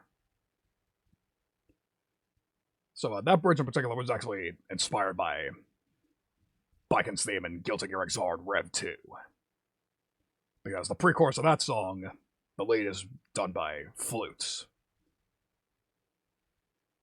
Not sure which kinds of flutes. I am kind of a scrub when it comes to traditional Japanese instruments, but it was some kind of wind instrument, clearly. So I specifically chose shakuhachi and knotweed flutes. However, I chose knotweed flute, not even realizing that apparently it's a really, really big instrument. And yet I made it play the higher part in this. So yeah, that was rather silly of me, but again, bygones are bygones. I have to live with my arrangement decisions now. So, last but not least, let's go into the guitar. Lead guitar.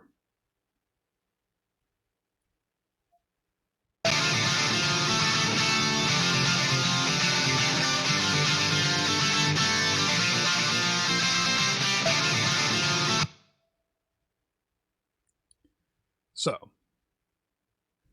I don't have much to say about the riff. Again, more of the same, sort of groovy, simple, staying out of the way of the lead. But, the melody. Here's an interesting story about the melody. As well as a tactic for you to use if you would like to write your own melodies. I came up with this melody via what is called melody mining. So basically what I did was, obviously the song was inspired by Shimada Tiger. So, what I did was I thought back to watching her streams, just having a good time, and specifically some of her catchphrases. Now you might be wondering, well, what the hell does that mean? What does that have to do with anything? Well, again, I will show you, not tell you.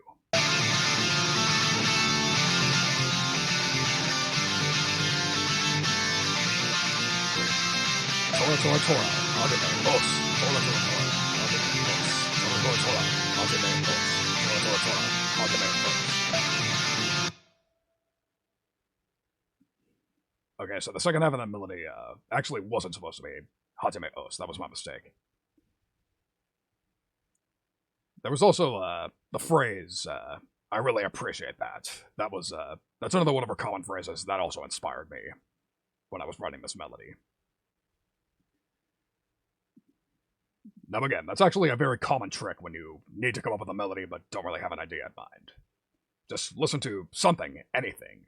People talking, bird songs, Like, for instance, if you wrote a song and you're really inspired by, I don't know, The Dirty Dozen, you go watch the movie The Dirty Dozen, you think about the classic quotes from it, and then you use that as the basis for your melody. Now, obviously, you're still going to have to actually pick what notes are played, but the thing is, rhythm is half of the formula of writing a melody. And if you have a famous catchphrase in mind, then if you're judicious enough, you can actually, there's your rhythm right there. Very effective tactic. See, again, up until very recently, I actually thought that writing melodies was a complete, like, you had to know, you either knew how to write a melody or you didn't. I thought it was a talent. However, it is a skill. Now, keep in mind that that's not the only way to come up with a melody. Like, sometimes you just get a melody in your head and you think, oh shit, I should make a song out of that. But again, if you're completely stumped, that is easily one of the best tactics you can think of. Just watch something related to what you want to write a song about, or else if you just watch something and you think, wow, that particular phrase has a nice rhythm, I think I'm going to think about that. Like, here's my favorite story about melody mining. I'm sure you're all familiar with the classic video game Street Fighter II. And the equally classic songwriter behind it, Yoko Shimomura. She's one of my biggest influences in songwriting. Her body of work speaks for itself. It's all amazing. She had an interview some years ago with Red Bull. Red Bull made an entire mini-series about video game music and the people who wrote it. And they had a segment on Yoko Shimomura, and she specifically brought up a story of, she was writing Blanca's theme song. She had all the rhythms down, the chord progressions, whatnot, but she could not come up with a melody to save her life.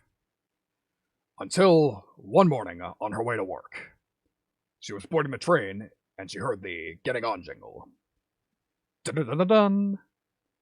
And then she thought, that's it, that's Blanca's theme. Dun-dun-dun-dun-dun. Dun-dun-dun-dun-dun. Now keep in mind this was before, this was the 90s. Like, tape recorders weren't exactly the most common thing in the world, and she couldn't just sing into her smartphone to remember it. So she spent her entire train ride to work, just drilling it into her head. Dun-dun-dun-dun, dun-dun-dun-dun. Like in a clear Zen state, just forgetting everything else. The only thing she was thinking of was dun-dun-dun-dun, dun-dun-dun-dun, just desperately clinging on to that motif. But then she made it to work, she programmed it into the game, and the rest is history. That is the story I always think of when I'm kind of stuck with a melody. Just remember that. Inspiration can strike you from anywhere. Just do literally anything else, and you may actually come up with a good idea for a riff.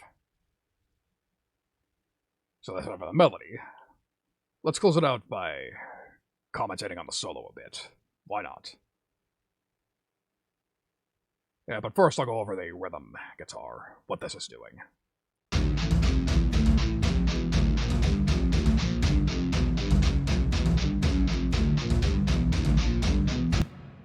Oh yeah, I forgot to mention that little Easter egg, the taiko is playing at the ending solo. Not sure if that came through in the final mix, but it was there. I kept it in. But yeah, so to discuss the riff. Believe it or not, my intent was actually not to rip off For Whom the Bell Tolls. My idea was, I decided I wanted something heavier, like a bit more of a breakdown. Because notice the drum part that I chose for this.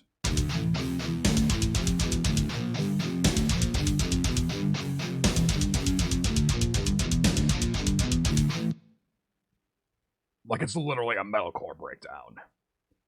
That said, I didn't want to follow it directly. The bass I already did have it followed. Ariel, better late than never. Welcome to the stream. That said, I believe most of this is already stuff I told you directly, but either way. This segment at least should be worth watching to you. I'm going over the song I released last night. Which I'm not sure if you caught or not. I know literally everybody else has, but I'm not sure if you did. And if not, I will drop the link as I'm ending the stream for you to go listen to. Or maybe I'll retweet it, whatever. In any case, So yeah.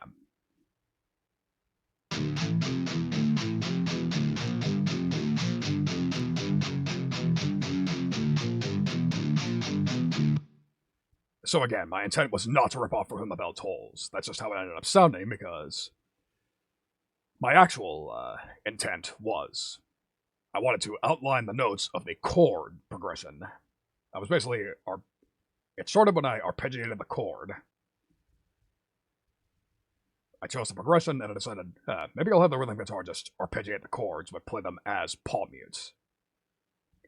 Which is a tactic I picked up from Jake Lizio of Signals Music Studio in his How to Write Middle Riffs. Or, no, not that video, his video on power chords. Basically, one of the better ways to utilize power chords is just think of them as very big notes. So, if you have a chord you want to arpeggiate, just instead of playing them the individual notes, just play chords, the power chords. It'll make it sound that much thicker. Especially if you have palm mutes. It'll sound pretty crushing with almost no effort whatsoever on your end.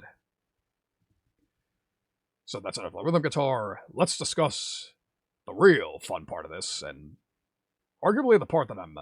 honestly, this is the part of the song that I am far and away the most proud of.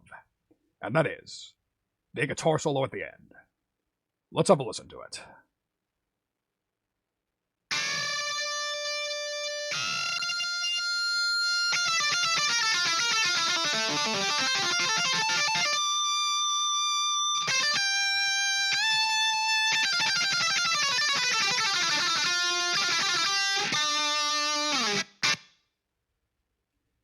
So, for the breakdown.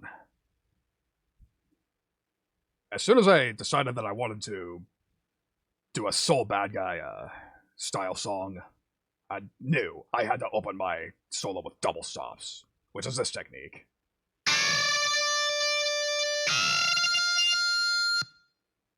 It's essentially just playing a note and the note right next to it on the fretboard, and just bending them up. It's more common in blues, but it has plenty of use in metal too. So, let's go over this measure next.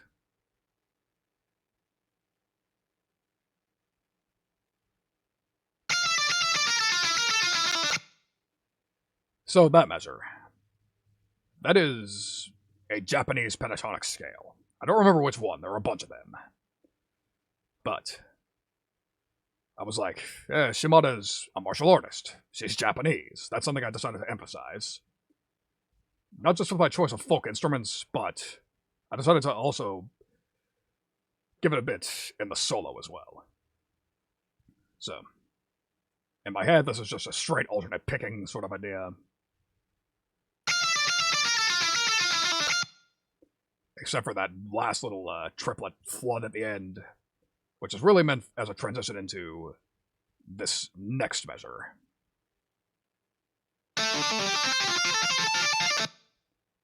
A little tapping section that was pretty much only designed to transition to another bar.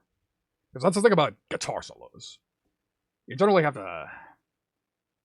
unless you're Kerry King or Jeff Hanneman, you can't really just spunk out a bunch of high notes randomly and just pray it works. A lot of times that's not what you're going for. You want more melody. You want a bit more intense behind your solo. And for that, you have to really think about the fretboard geography, where you are on the fretboard, what you want to do next. Just get from point A to point B. So this was this particular measure was inspired by Ricciardi B, if anyone. He's pretty famous for being very good at tapping, because he was influenced by, what was the name of that band? There was one particular band he was influenced by. Not the Mars Volta. Fucking, Protest the Hero, that was the band. He was very inspired by Protest the Hero. And they have a lot of segments like this, where they tap, but it's a run in and of itself. It goes from string to string.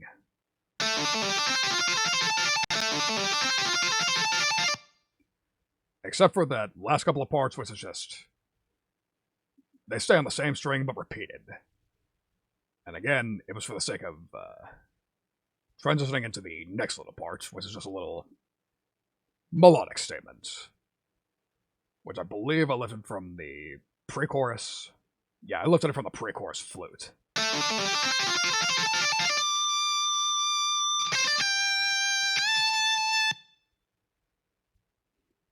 Oh, I also forgot to mention that last high D was supposed to be a tap note. Again, just part of the transition. And now, the last little run to the end of the song.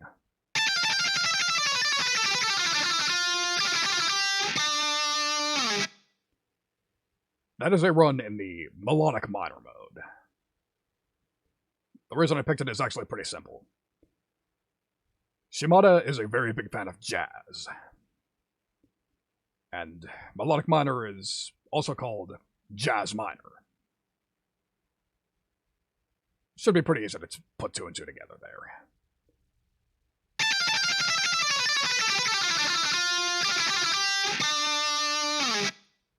So that's a simple alternate pick sort of run. Although, I actually initially didn't have it in melodic minor. I'd actually, usually if I do a run like this, I would put it in Phrygian dominant. But that just didn't suit what I was going for. That is a bit more of an exotic, almost Arabic sort of sound. And that just sounded out of place in this otherwise completely Japanese-sounding idea. Because the thing is, minor pentatonic sounds fine and dandy in this context because Japanese music is all about pentatonic scales, actually. If you want more info on that, look up 8-Bit Music Theory and his video on Breath of the Wild's Kakariko Village.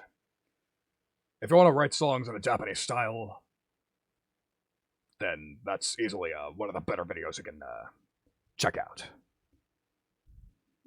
In fact, check out that entire channel. It's just fantastic. But yes, Phrygian dominant didn't work, so I went with melodic minor. Just because I wanted something a bit more 6-note per string, sort of a Malmsteen sort of shreddy pattern. But again, Phrygian dominant didn't work, so I went with melodic minor. Something a bit more jazzy.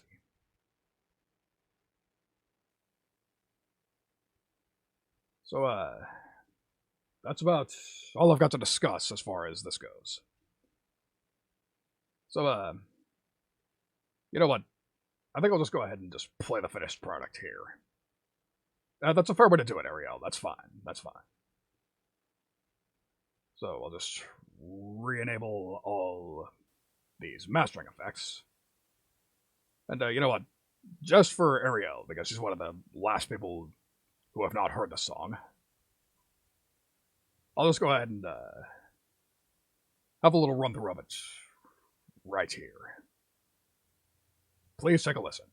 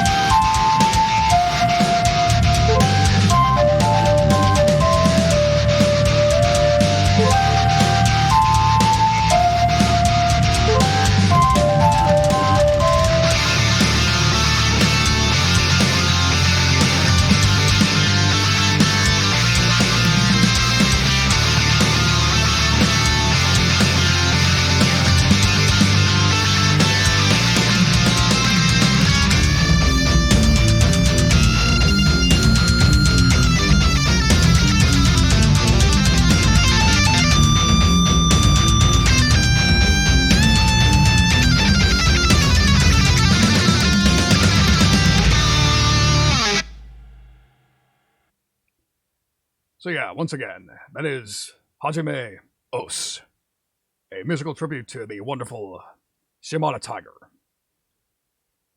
who unfortunately just announced an indefinite hiatus, which is one of my major onuses for writing this little. I wanted to write a tribute song to her, just to show my respect in my own way. I mean, it's not all doom and gloom because she did say she will eventually be back. But again, indefinite hiatus means who knows when we're going to see her again. So I had to send her off with a bang. I had to show her what I'm about. Just play to my strengths and just give her the tribute she deserves, in my opinion. And if you ask me, I did so because, as far as I'm concerned, this is my best work yet. Yeah, exactly. Like, again, it is widely agreed upon that this is easily my new best song, a new career highlight, a raised bar, which, in a lot of ways is kind of daunting because I have a lot of work to do if I'm ever going to live up to this again. But on the other, I'm paying tribute to one of my favorite streamers who I will not be seeing again for a very long time, so she deserved nothing less than my new best. So, with that, we're actually kind of coming up to the end of the stream. So, I suppose I'll just, rather than just kill it immediately, I'm going to go ahead and open the floor to questions. How's that? If there's anything you'd like to know, not just about the guitar, but about the mix in general, or if you would like to stick to the subject of the stream, just specific questions about guitar mixing, then please, by all means, ask away. As a matter of fact, I think I'll take a brief, I'll get up for a moment to allow you time to think of questions. Never mind. Why the guitar doesn't have a little more low end, that's personal preference in my book. I prefer my rhythm guitars to stay the hell out of the way of the bass and the low end of the drums. I prefer to just have it in its space. I don't like a lot of low end in my guitars. Like, I'm not one of those people who would go full Pantera and just completely scoop the mids. I already demonstrated how that sounds earlier in the stream, before you arrived. Because the thing is, like, people scoop the mids. Like, there are so many garage bands who scoop the mids just because Dimebag did it, so why can't I? Not realizing that Dimebag's tone was the result of a lot of craftsmanship, a lot of specific gear, specific creative decisions that were all a result of him being a fantastic guitar player who knew what he wanted and just wanted to experiment and wanted to have his own sound. However, there was only one Dimebag Darrell, and he has not been with us for over 10 years at this point. So, that sort of narrows down the amount of people who are allowed to completely kill the mids in their guitar tone. As well as the amount of people who are allowed to get plastered on stage, but that's another matter. So yeah, unless you're Dimebag Darrell, don't get rid of your mids entirely.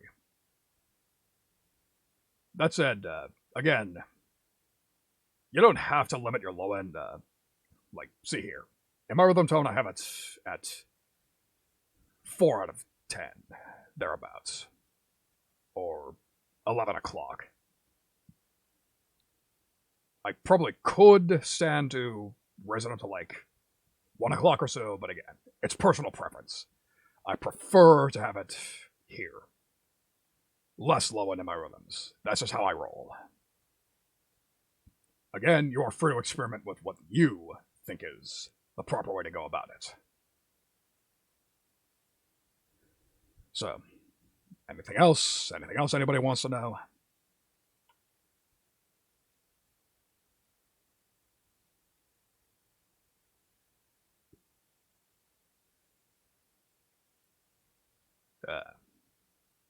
I mean, if not, I suppose I'll bring up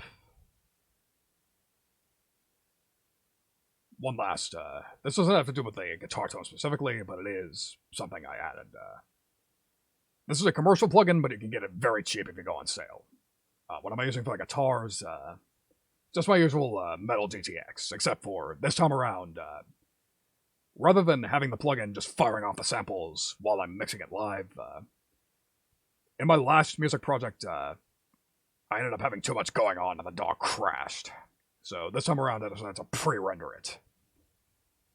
So it's essentially as if I'm working with just a straight rhythm guitar DI. So yeah, just Metal GTX again, just I pre-rendered it this time. Just printed it ahead of time. Anyways, as I was saying, this is the Hornet Analog Stage. This is a console emulator.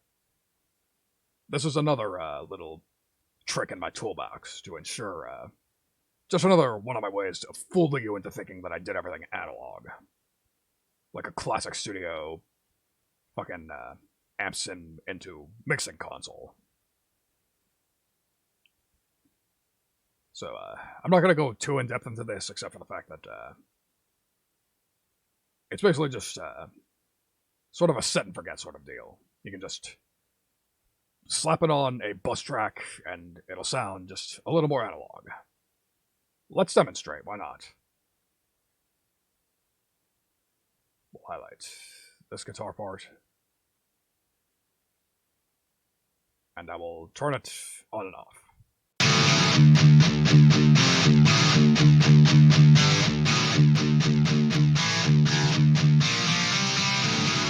Except I forgot to turn on the mastering chain. Fucking I'll leave it on. So. And another thing I forgot. Looping. Because what I want to show you, well, anyways, here it is with it. Now let's see what happens if I turn it off.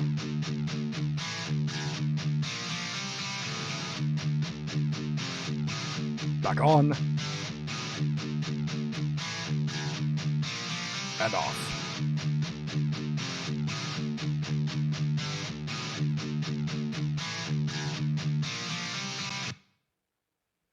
Now again, this effect is more on the subtle side, but it's pleasant. Like, it adds, for want of a less loaded term, warmth.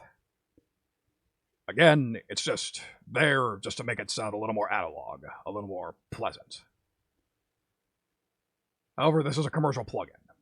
That said, it's a cheap as fuck commercial plugin. As a matter of fact, I'm pretty sure Hornet plugins, I'm pretty sure there's a sale going on right now. And this particular plugin, if I recall correctly, didn't even cost me $10. Which, considering that some of the real high-end console emulations can cost you over $100, that's a pretty damn good deal. Like, that's just Hornet's game in general. Just fantastic plugins on a budget. So yeah, Hornet plugins, check them out. That said, if you're a complete cheapskate and you just do not want to pay for anything ever, you still have an alternative. Which I do not have installed, but it is the Klanghelm. It's by the company Klanghelm. I want to say IVGI, but don't hold me to that. Oh, they're not having a sale. It must have just ended, though. But, yeah, but again, that's like 20 USD. That's still pretty reasonable. But again, just wait for a sale.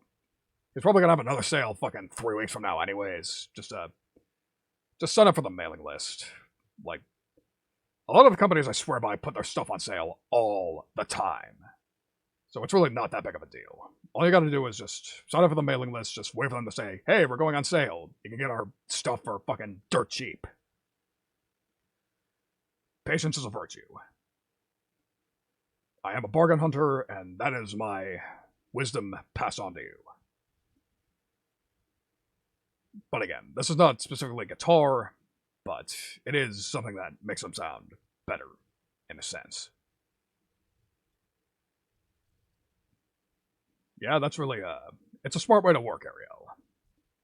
Not all of us have fucking thousands upon thousands of dollars to throw around whenever we want.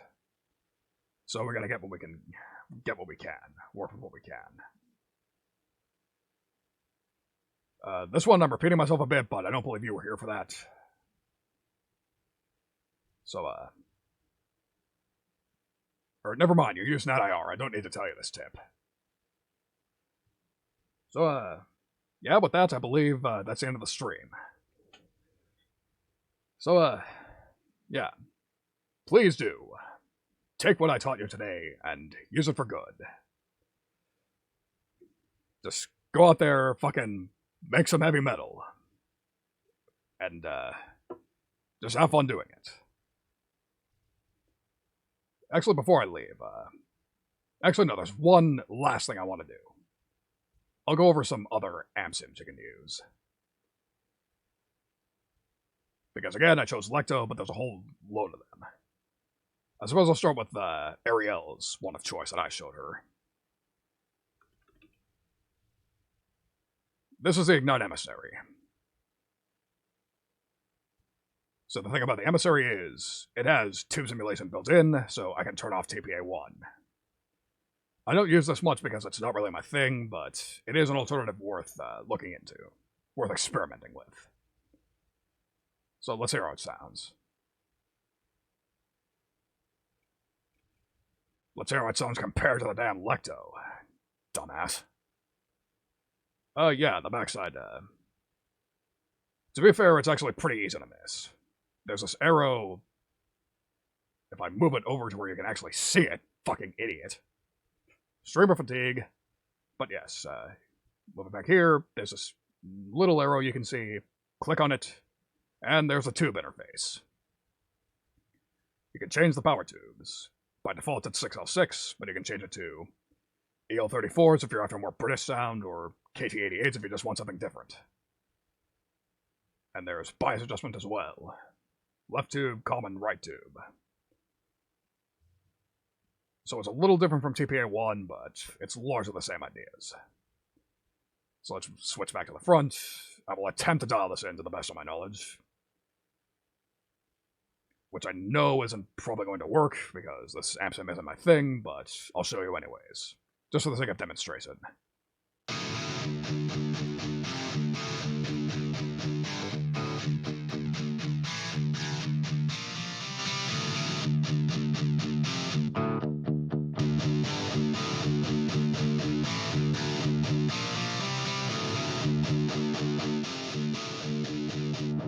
And I'm going to show you my method of dialing in. I'm not going to go over this again, just watch the VOD when you can. Sorry, Ariella.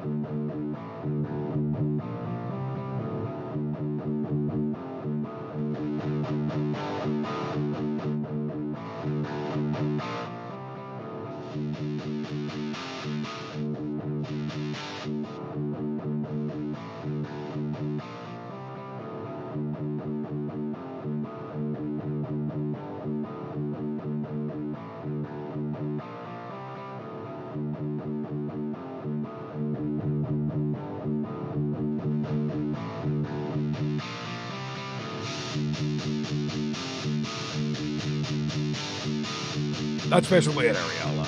Again, I went into a lot of detail earlier, just go back and watch the VOD, but that is indeed the gist of it.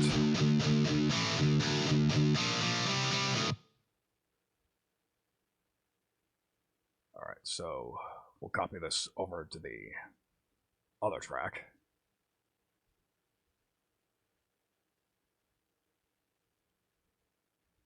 So, compare and contrast. Once I pan everything back where it's supposed to be.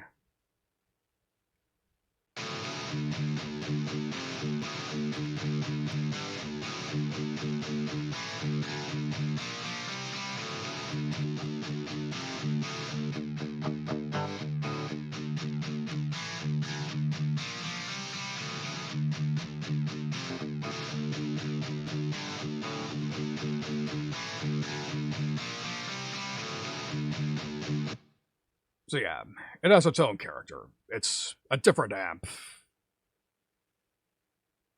That sounded smarter in my head, but yeah. Again, this requires experimentation. Let's try one more amp sim. As a matter of fact, I know which one.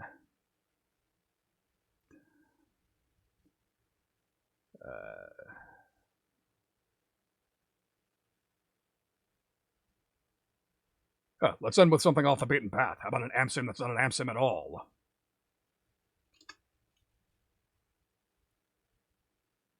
That's not what I wanted. There we go. Behold, the Mercurial MTA Metal Area. If you are not familiar with this plugin or the original pedal, then allow me to introduce you to one of the biggest in-jokes. As a matter of fact, yes, that's true, Ariel, but yes. So yeah, this is usually one of the biggest gear redemption stories in heavy metal history. So, the Boss Metal Zone was a pedal that was very ahead of its time. Because as you can see here, it had an entire EQ section. It was an amp in a box before those were the cool thing to do. However, people did not know how to use it. Because the thing is, like, people thought this was a completely shitty pedal for the longest time. But that's because, arguably, they were using it wrong. Allow me to demonstrate. So, we'll turn the Lecto back on, because the traditional way to use a pedal is you usually put it in front of the amp. So first of all, to really drive the point home, I gotta make a clean tone real quick.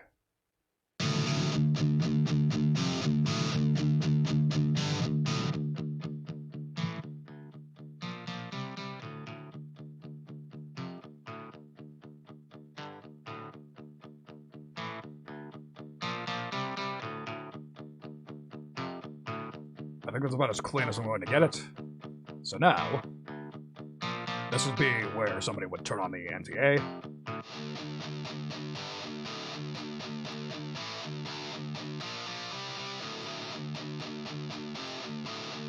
Yeah, it's a bit of a questionable sound, but we can try to mess with the amps.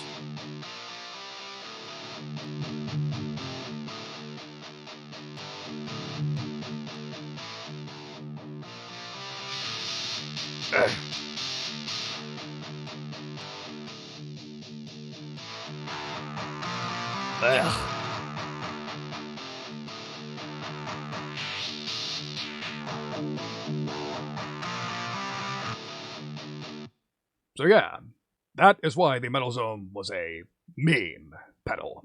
Worst pedal ever. That's why it had the reputation it did for a long time, because people plugged it in front of the amp, realized it sounded like shit, and then just relegated it into their closet. That said, there were still some people who liked this character, still tried to make the best of it. But for the most part, it just didn't get any respect. Until some gear mad scientist made a discovery. Rather than plugging it into the amp, the front of the amp, he decided to plug it into the back of the amp in a part called the effects loop. So the point behind the effects loop is it essentially bypasses the tone stack,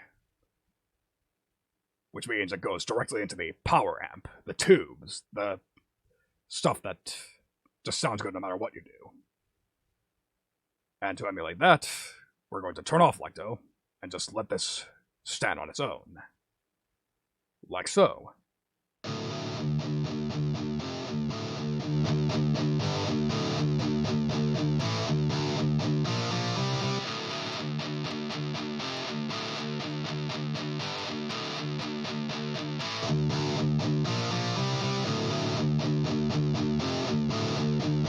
Quite the contrast, isn't it? Why, this almost sounds usable. That said, you're still not out of the woods. You're still gonna dial this in to make it sound proper. You're still gonna put some work in, but it's still less work. So let's go ahead and do it.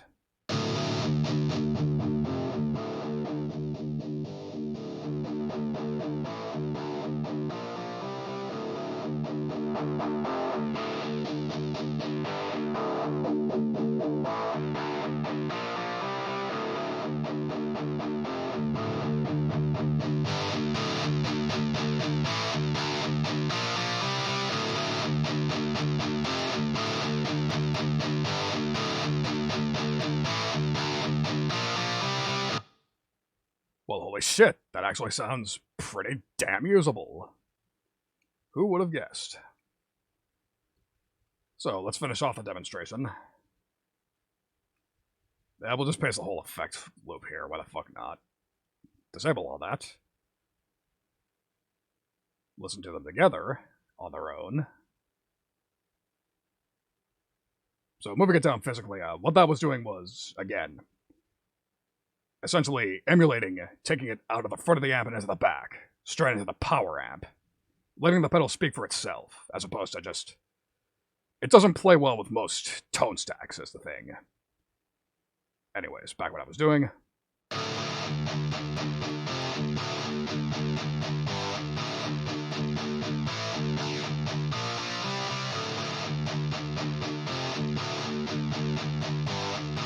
Now let's be extra bold and actually add it to the entire mix.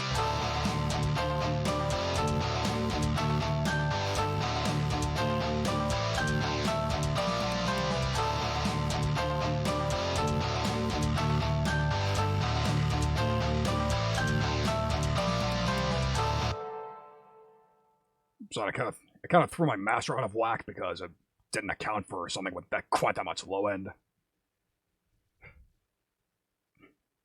Because you saw it right there, like, I have the bass at less, like, I have it at 3 out of 10, and it's still much fucking thicker on the low end than any of the tones I got earlier today.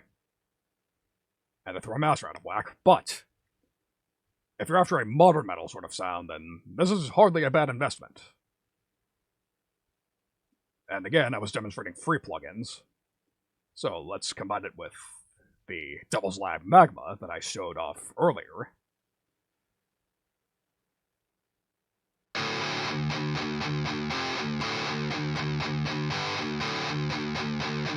Oh, that sounds fucking brutal. I love it.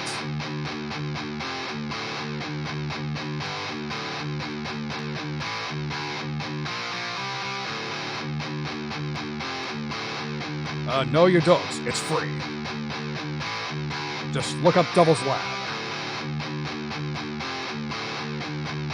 Anyways, I really want to demonstrate this in the final mix. And kick myself for not using this in the actual project, but... Again, bygones are bygones. Let's have a nice little listen to what could have been.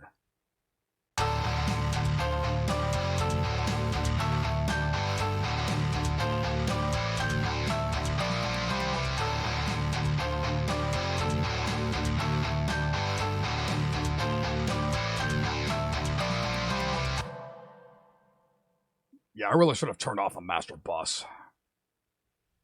Although what I should have said was turn off all the master except for the restream. This is critical. This is what's causing you to listen to my DAW.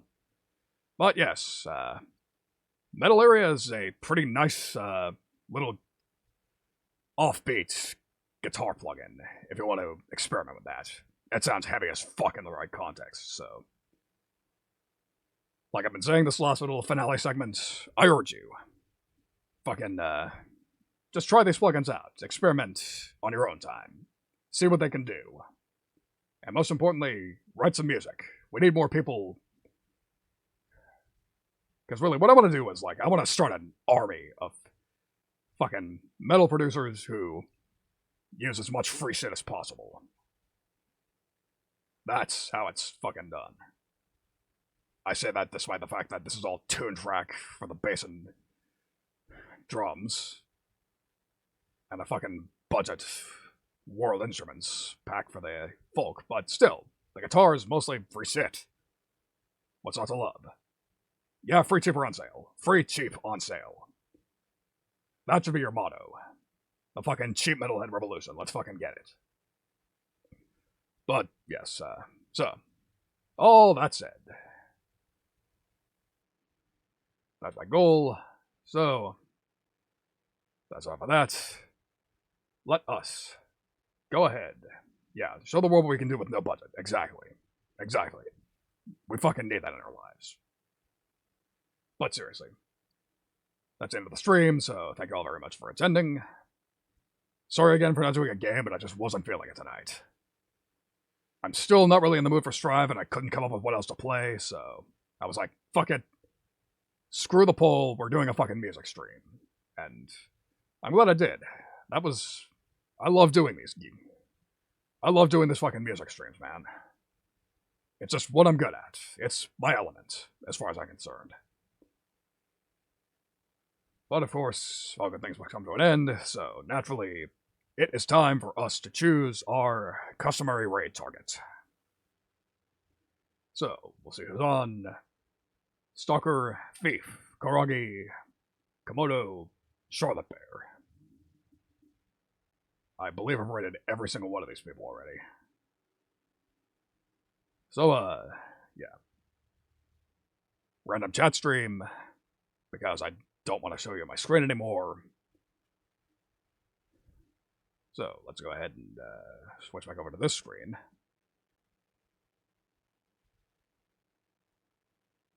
I gotta figure something out. What the fuck is it?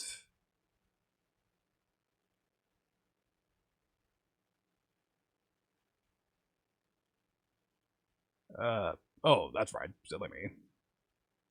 I have to go over there to choose my raid target. So again, let's see who's on.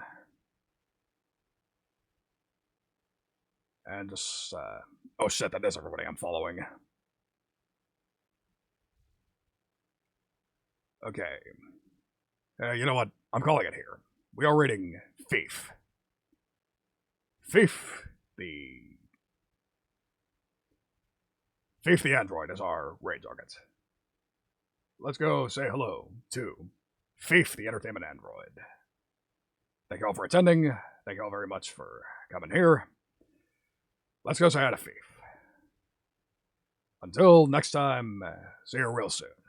Thank you all.